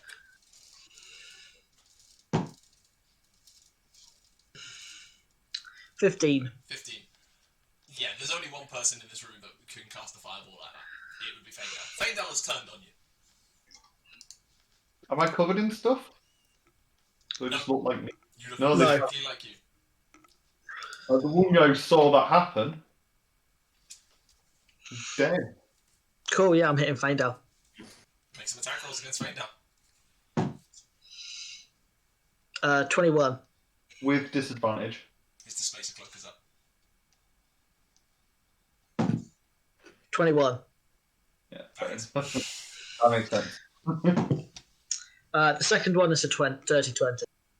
Yeah, that isn't a disadvantage. Roll damage. No, I know that's. In fact, the opposite is an advantage. Oh, actually, it is technically an advantage because it's a cursed Displacer Cloak. Yeah, it's still 20 because that roll was a natural one. It was whether it was a crit, that was all. So 9. So the first one is 80 points of damage. These just go to you, Faendal. And that is that's a 1 and 10. So a total of 28. Half my health. Yeah, that's including all your rage damage and everything. Yeah. Yes, yeah. Cool. It's plus 9 for the damage. Anything else you want to do? That's all I got. Oh, I might yell at Balthazar spot that vent's down. Get him back. Sure. At the end of your turn, make me an intelligence saving throw. 16. Take no damage. You're fine. Rolling really well on these intelligence saving throws, all of you. Rambear. Exception to the rule. Well, on a charisma. Does Rambear recognise what's happening to Faendal would be some sort of a charmed effect?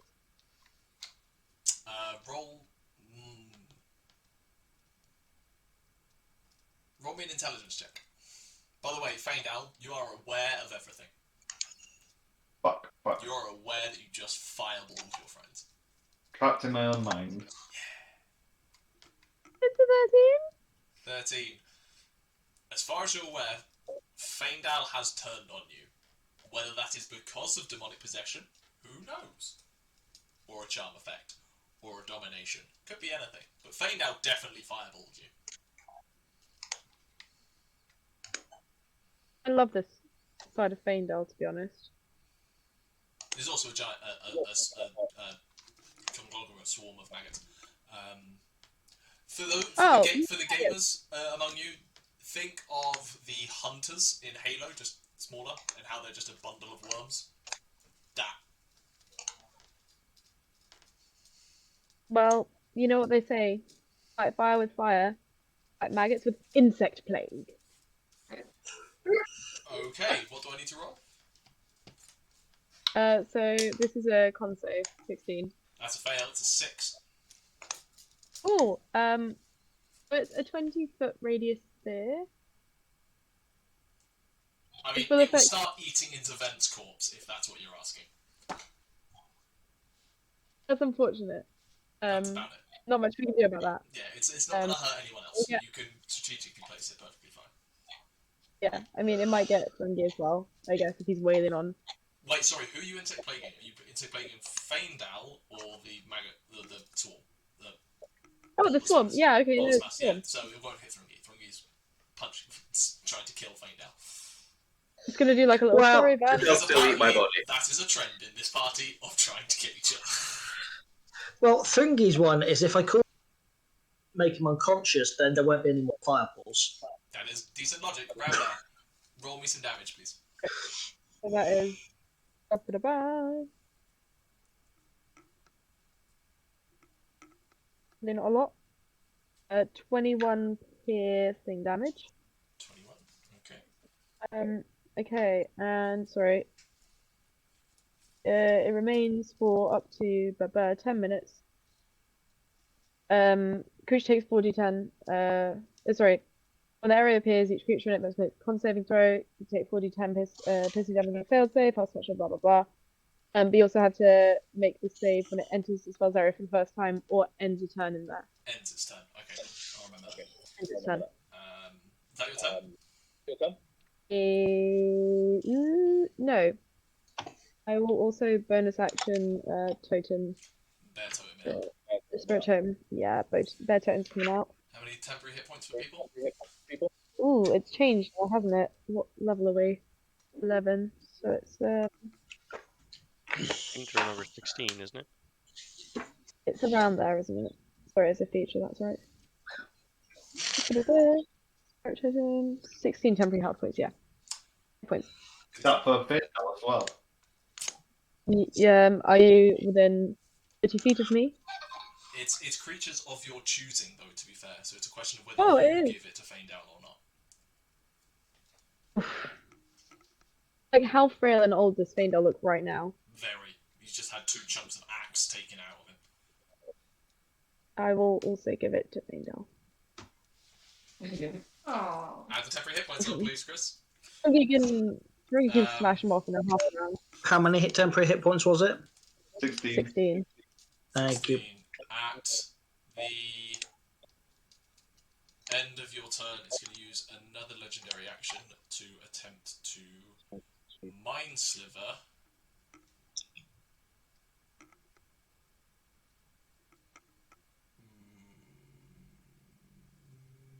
Balthazar again. Intelligence saving throw, please. 12. 12. Shit ass damage. 6 points of psychic damage. And the next saving throw you take, you subtract 1d4. Okay. That's good. That's its one of them. It is now its turn. Balthazar! Hi! Do you fancy making me a wisdom saving throw? Not really. Oh god. 10. Trap. Minus a d4. It had to be a high one. 3. So 7 total. 7. You are dominated. Great. You are now following the demon's will. Not the same as me, though. No, this is slightly different. Okay. Plus, it's having to maintain concentration on it, so that could be broken.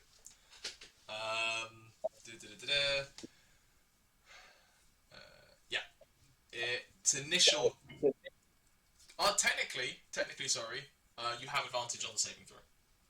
Because you are fighting this creature when it's trying to do it. Is Nyah close enough that it gets the plus? Nyah's not even in the room!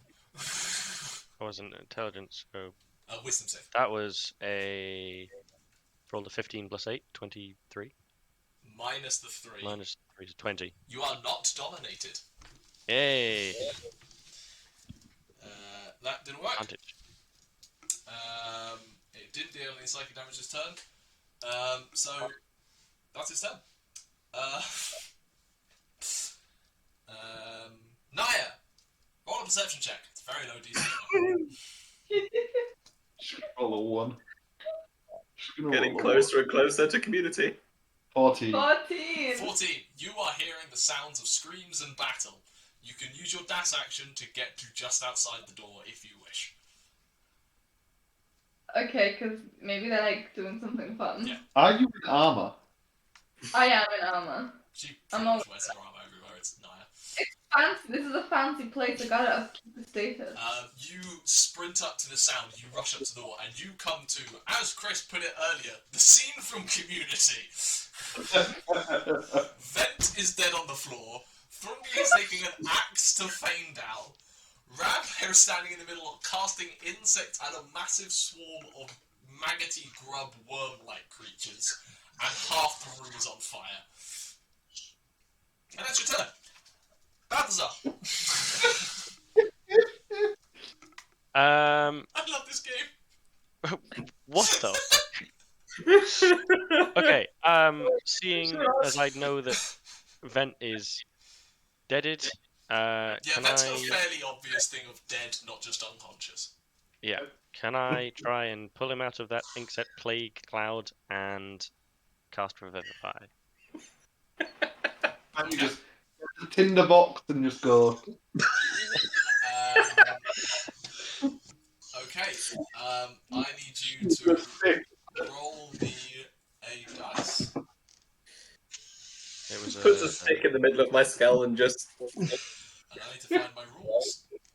Yeah, I can't remember. It was an Arcana check, I believe. I think it's a spellcasting check, so it would be. Somebody have any matches? Hey, yeah. Roll a d20. Here we go. It's just loading.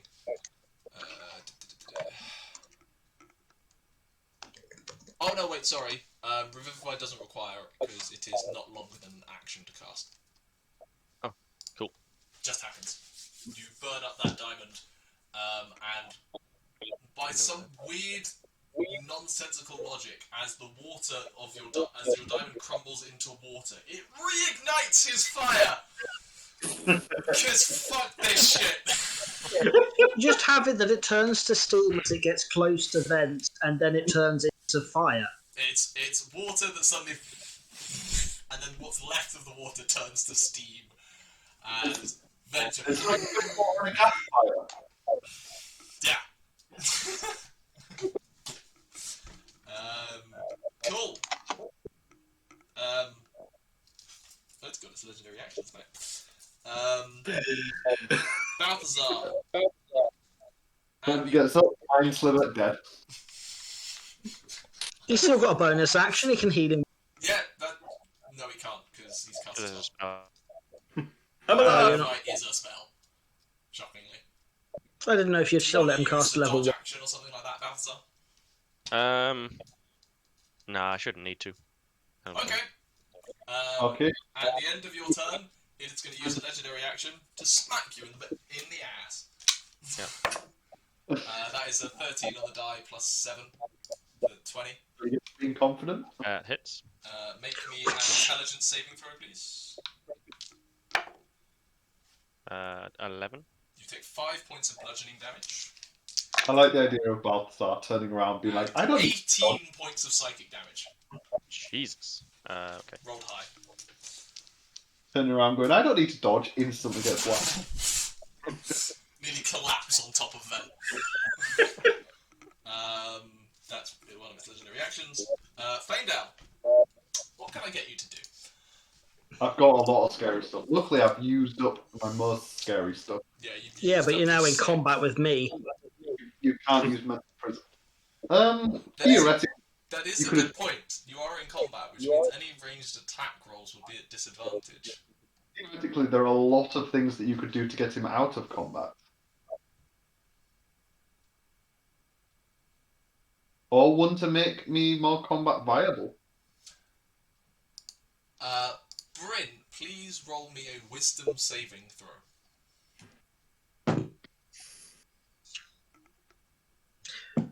Dirty 20. Wait, no, 19, sorry. The other theoretical thing you could have done is hasted him and then instantly unhasted. Haste has to be a willing creature. It specifies in the spell. I am aware of that broken idea, and the fact that it's covered is quite intentional. You feel your form about to shift, and you shrug it off and stay where you are. But at the end of Faendal's turn... Nah, it's going to wait. Then! You're on the floor. You're living again. I was in darkness. Yeah. There was the sound of water. I woke up and saw a very Dragonborn standing over me. I fell in love a little bit. I see there are grubs behind him. Yep. I'm just gonna reach forward, put my arm around the back of Balthazar to pull myself up. Just come up over his shoulder and Eldritch Blast into it as hard as I can. Go on. 25. Hits. 23. Hits. 21. Hits. I'll add the extra on afterwards.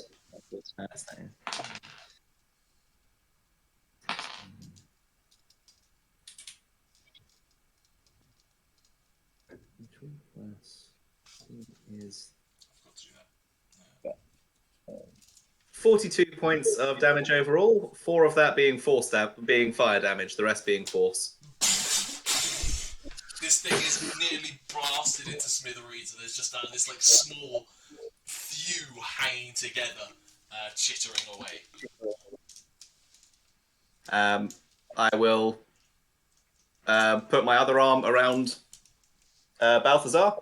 Bonus action for Elemental Gift to take off and fly back as far back as I can get, holding Balthazar with me. Okay. What is your fly speed with Elemental Gift? 30 feet. You can move 15 feet with Balthazar. Yeah. I'll shift feet back with Balthazar. Okay, at the end of your turn, it's going to use its last legendary action to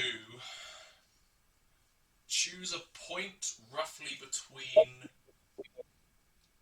the three of you. Thrungi's out of it. 20-foot radius. You've all moved a little bit. No. He's going to place it such that it perfectly hits Rambear and Thrungi. As it casts Synaptic Static. Ooh. Can each of you roll me an intelligence saving throw, please? Just checking, both of you have intelligence above 2, right? Yeah. Did you check? Just. I'm in fact smarter than the average dog. What do you roll? Nat 20. Dirty 20. 6, 12, 18, 24. You both take 27 halved to 13 points of psychic damage.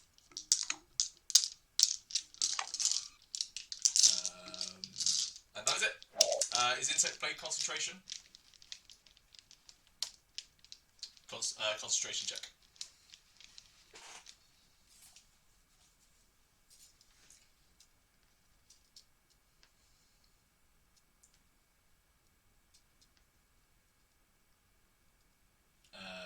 Thrungi, you are up. Well, Emma's rolling up. Well, seeing as I haven't been told anything better, I'm wailing on Faendal again. Carry on. 26. Disadvantage? Yeah, disadvantage is reset. 23. There's no point trying. In fact, the only way he can miss. It's still up. Sorry. Second Is a attack. nat 1. Second attack. Is 21. Advantage this time. That was with advantage. I rolled 2 11s. Cool. Roll damage.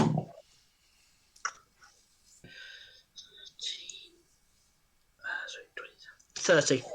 Is it lethal? Yeah. He didn't specify not. Faendal is unconscious and rolling death saves. Nyah, you see literally. Oh no! No! Because Rambear gave me 10 HP. Ah, so you're still up. I'm still up. On how many? 11? 14. 14 hit points. Okay. Thrungi, any bonus actions? No. Rambear, you're up. I spiked 2 rounds in melee combat with Thrungi. Only because of the temp HP. Oh.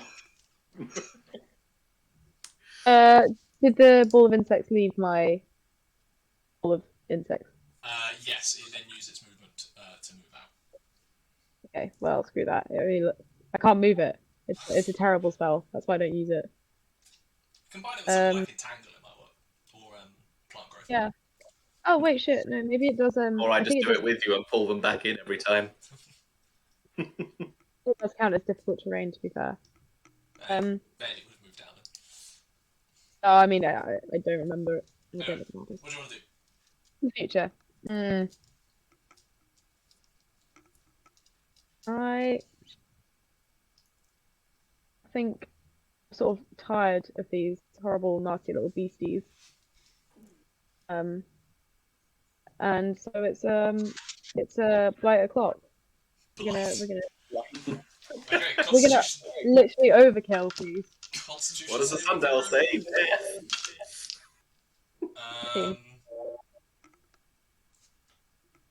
Faendal. You're counter spelling it. at 4th level.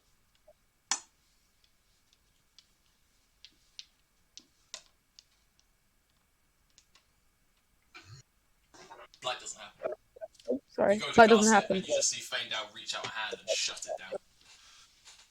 I really reached such a high point at one point in this session. Really had like my epic character moment. Yeah. And then Which lasted for all of about a round. What Using is your the- entire knowledge of everything to screw you over. What's the spell level that it I told him to counterspell at 4th level. I don't know what level Blight is. So Blight's 4th, but I mean, I can upcast it to 6, I guess, but I wouldn't know that. Yeah, you wouldn't have known that. I was planning to do it at 5th. Okay, if you were planning on doing it at 5th, I'll take your word on that. I think it still counts on 5th level if you upcast, right? Yeah, it then counts as a 5th level spell, so would still need to roll. Yeah. Oh, good choice as well, because I have disadvantage on ability checks. Do you? Because I'm exhausted because Tent says dropped. Fair enough. If you don't mind, I'm going to roll this because I want to do it with a metal die, but I will roll disadvantage. Yeah. That is a 14 plus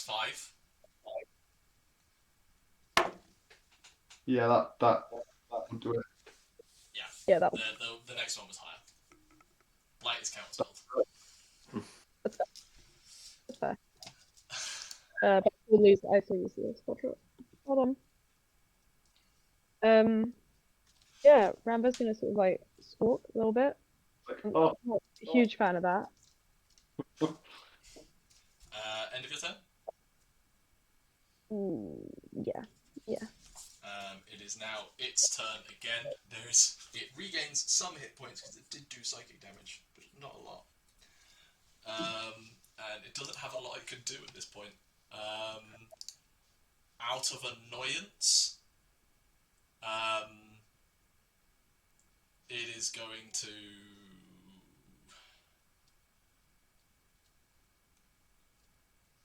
Fuck it. Yeah, it's going to unleash 2 attacks against... Yeah, it's going to move up towards Vent and Balthazar and it's going to hit you each once. Or attempt to hit you each once. Against Vent! Would that make it have to walk through the insect cloud? Because it's got 30 feet of movement and can shift around. And Cloud 10 is foot reach.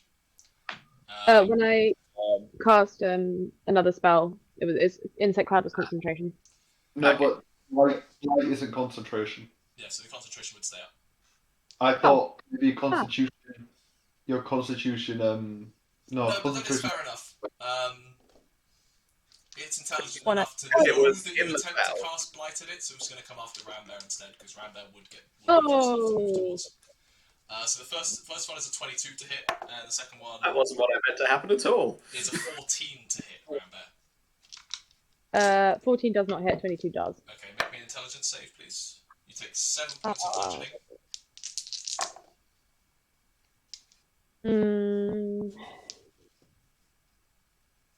Intelligence save. Yeah. 22. Cool. And you then take 6 points of psychic damage. And that ends its turn. Nyah, you're up. You're in the room and seeing all of this having happened. What do you do? Thrungi's trying to kill Faendal. Faendal is counterspelling Rambear. Vent and Balthazar are running away from shit. There's some insects. What do you want to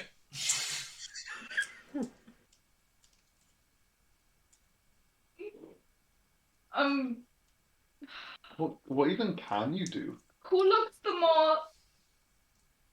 Faendal looks the most hurt that you can reach. You can't reach Vent without dashing.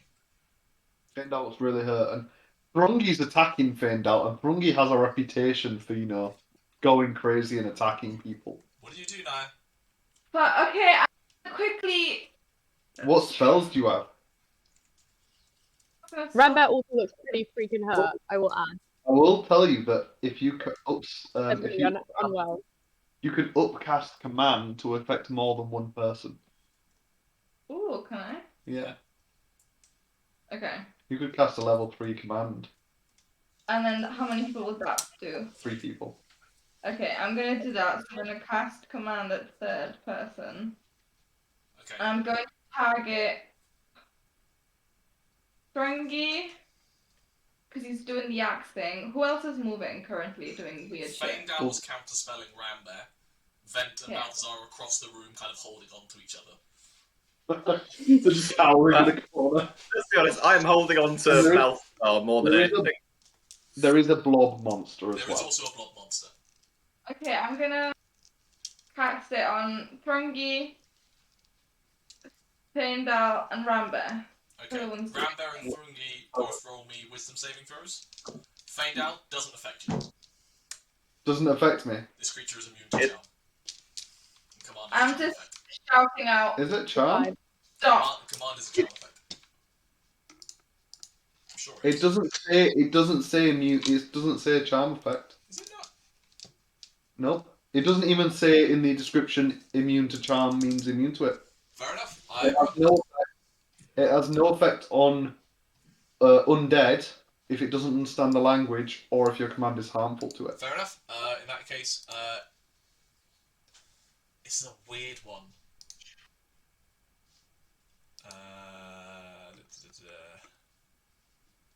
Demon cannot be targeted by attack, spell, or other effects. So technically, you would take it. You just wouldn't be able to do anything. So you could roll a wisdom save. You won't be able to act out on it. Is the problem. Nyah is targeting you, but you're not there. So even if you then try and do the command, you don't have control of your body to enact the command. Okay, so it's not if she commanded me to stop, it wouldn't stop my body. No, because you're not in control of it. I thought it would be like her and the demon wrestling for control. Not right. You can roll and see what happens. Anyway, Emma and Brid, what did you roll? Sorry.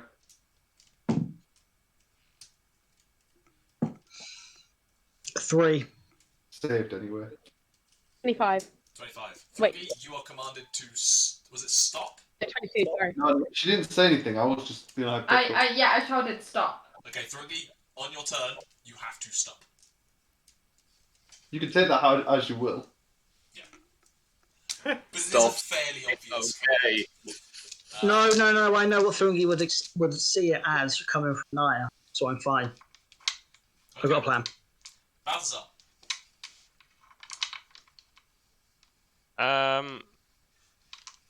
Because Vent is clinging to life, person. and I know that this thing is just beating the shit out of us, I'm going to try and attack the blob monster. Okay, with what? You're just moving towards it, punching it. Yeah. Cool. Swinging my sword and punching it. Go for it. I let go. Sitting there admiring him. My hero. That's not concentration. That was some rubbish rolls. I've got D&D Beyond half screen, so I can't see the rolls altogether. 13, 9, 19. The 19 hit. Is that it? Yep. Okay, cool. Damage for an arm strike. 9 points of damage, though. It's not, you feel one of these things burst underneath your fist, and it just screams out in pain. That's my turn. That's your turn. At the end of its turn, it is going to attempt to hit you. With an 18 on the die, make an intelligence save.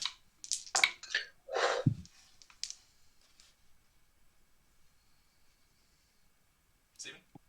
19. 19. You take 3 points of psychic damage and 13 points of bludgeoning damage. Oh, actually, no, correct that. It's 2 points of psychic damage. Sorry, I rolled an extra d6.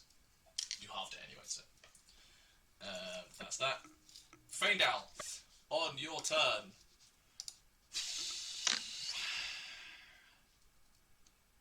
Please cast a. He punched Thrungi. Nope, please cast a 5th level magic missile at him. Oh. Can't do the 2d10, it is just 9 d4 plus 9 points of force damage. No, 9? 7 d4, sorry. 7d4 plus 7 points of force damage on it.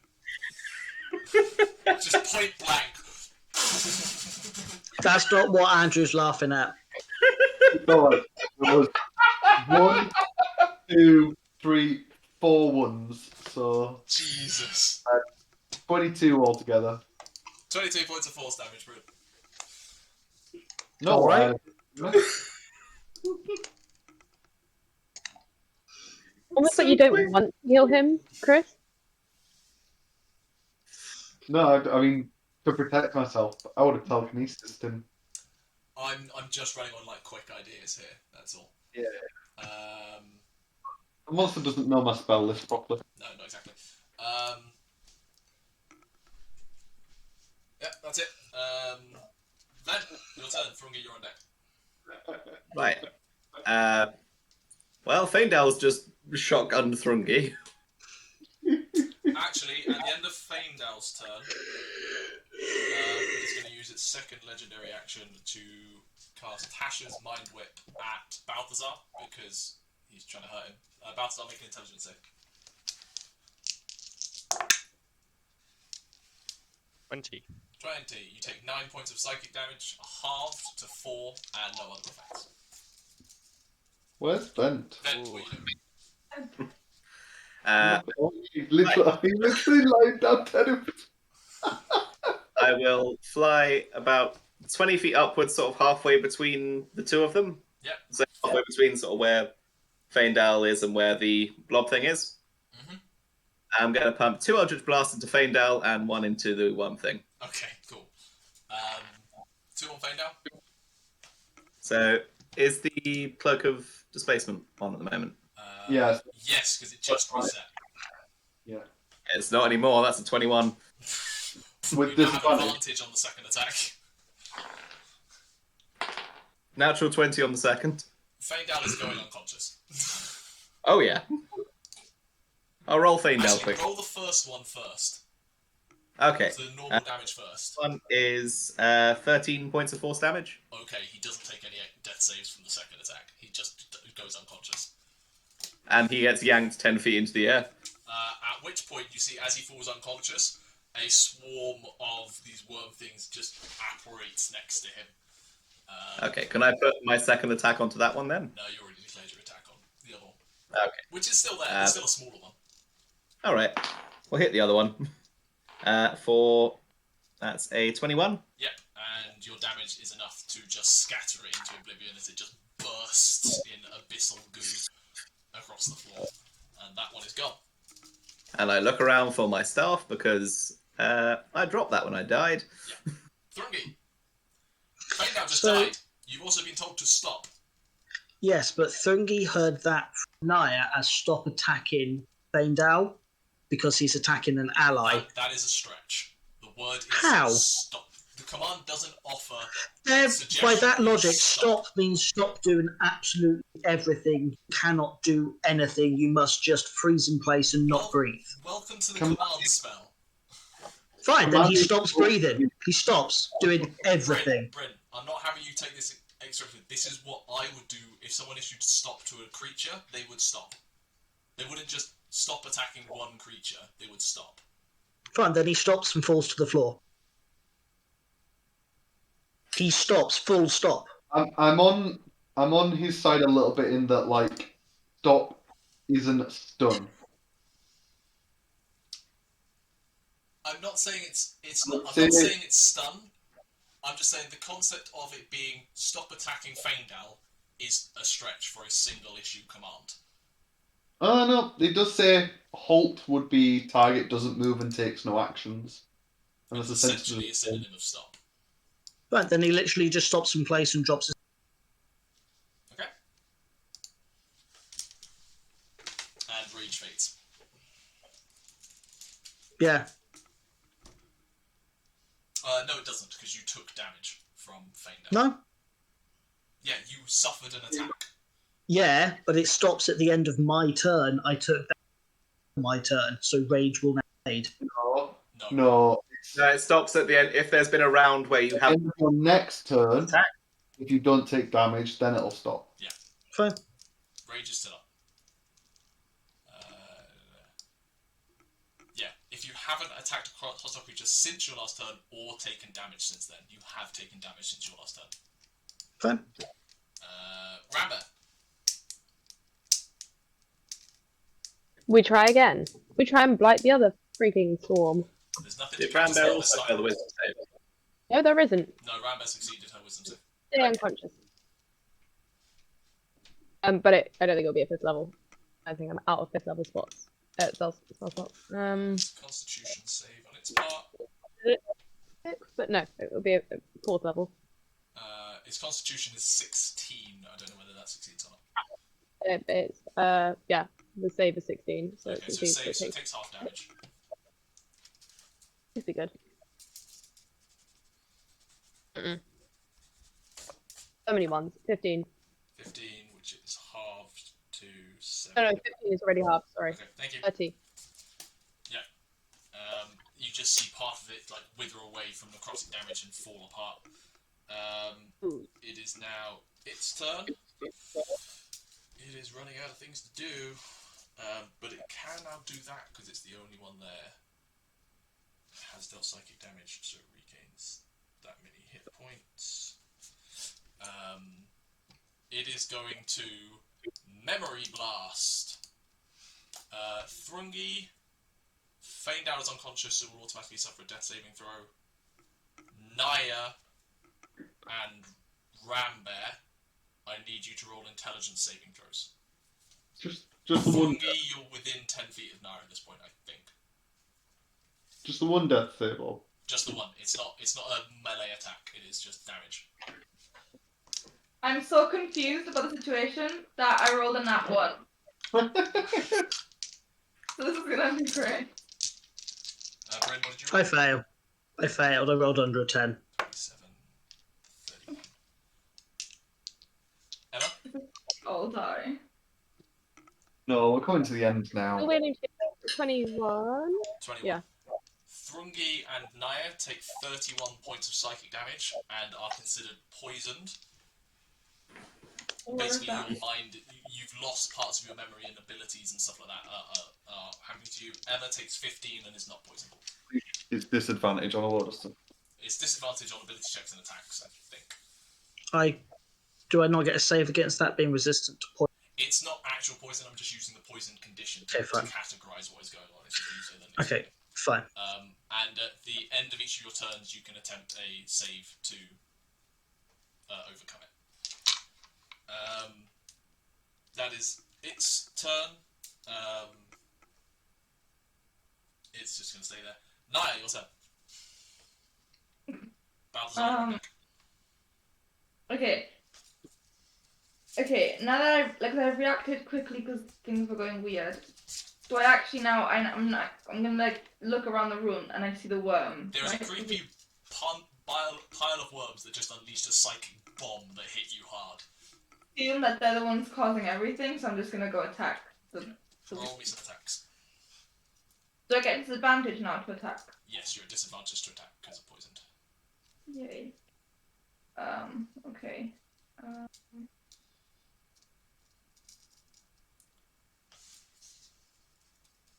One sec, let me refresh this page.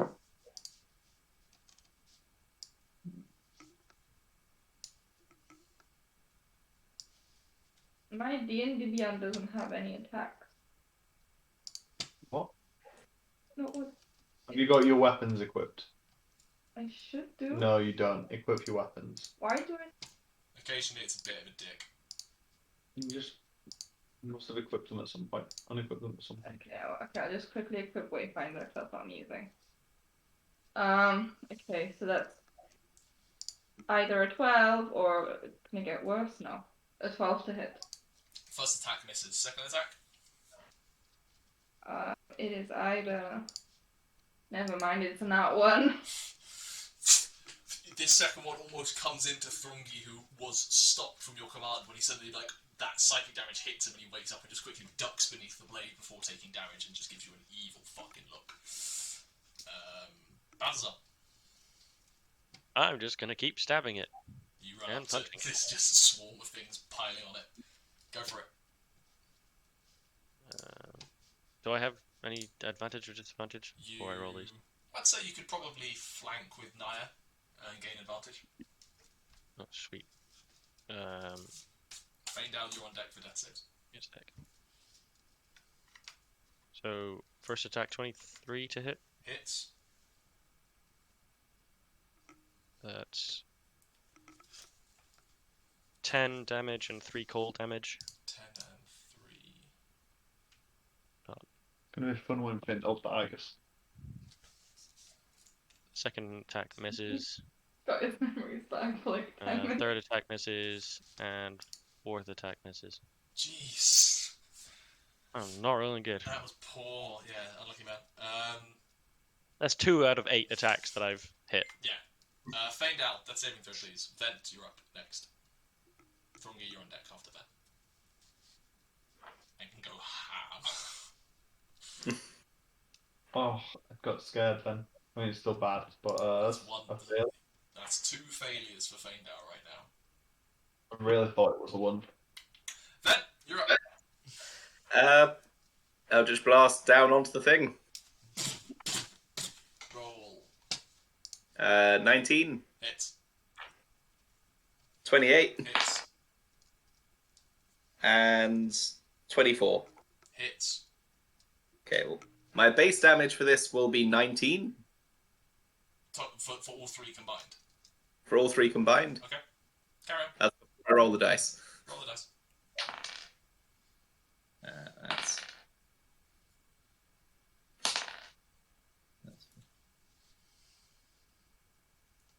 That's 21 plus 19 brings me to 40, I think. How do you want to do this? So, as this like series of worms are just sort of in the middle, it's not having the best time right now, but it's caused me a really bad time. And I will just like launch down my Eldritch Blast to it, and they like leave behind a small trail of fire, basically harpooning it to me. I'll grab the 2, yank it back, and just rip the thing to pieces. Yeah, you just see him lance like 2 Eldritch Blasts into it, pull it towards him, and then just essentially Hadouken fist through the center, and the thing explodes in an abundance of abyssal blood, gore, and guts across the room, raining down on all of you.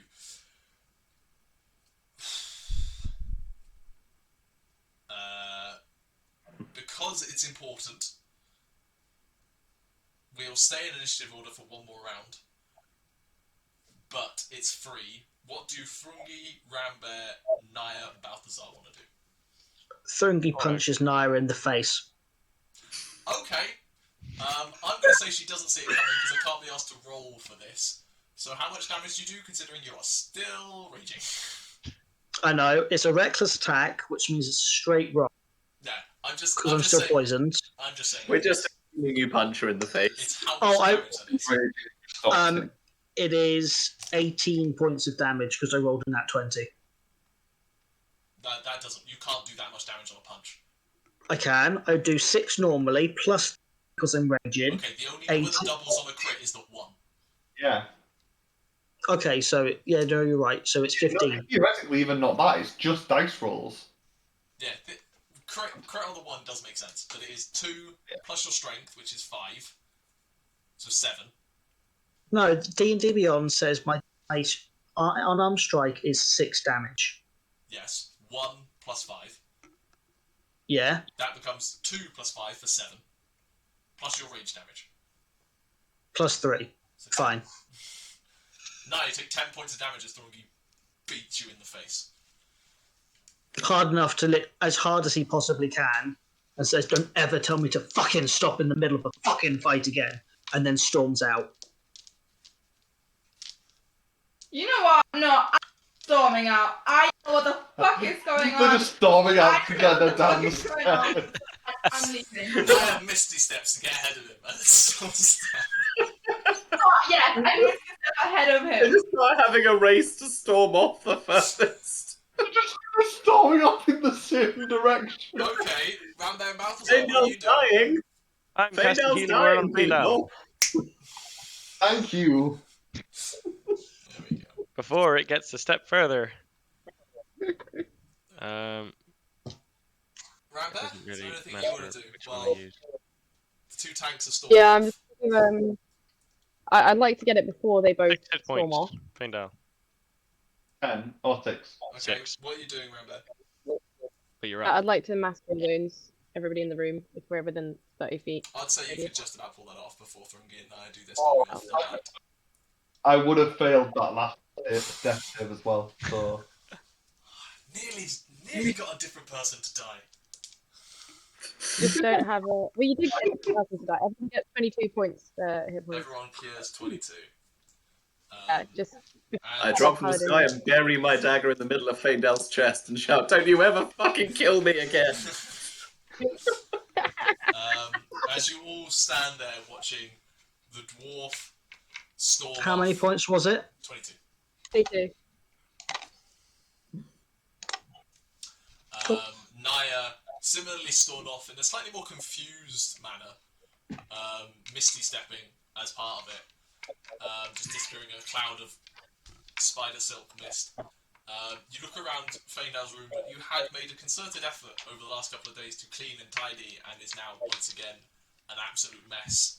Numerous things still smouldering from the fireballs and flame strikes. Goo everywhere.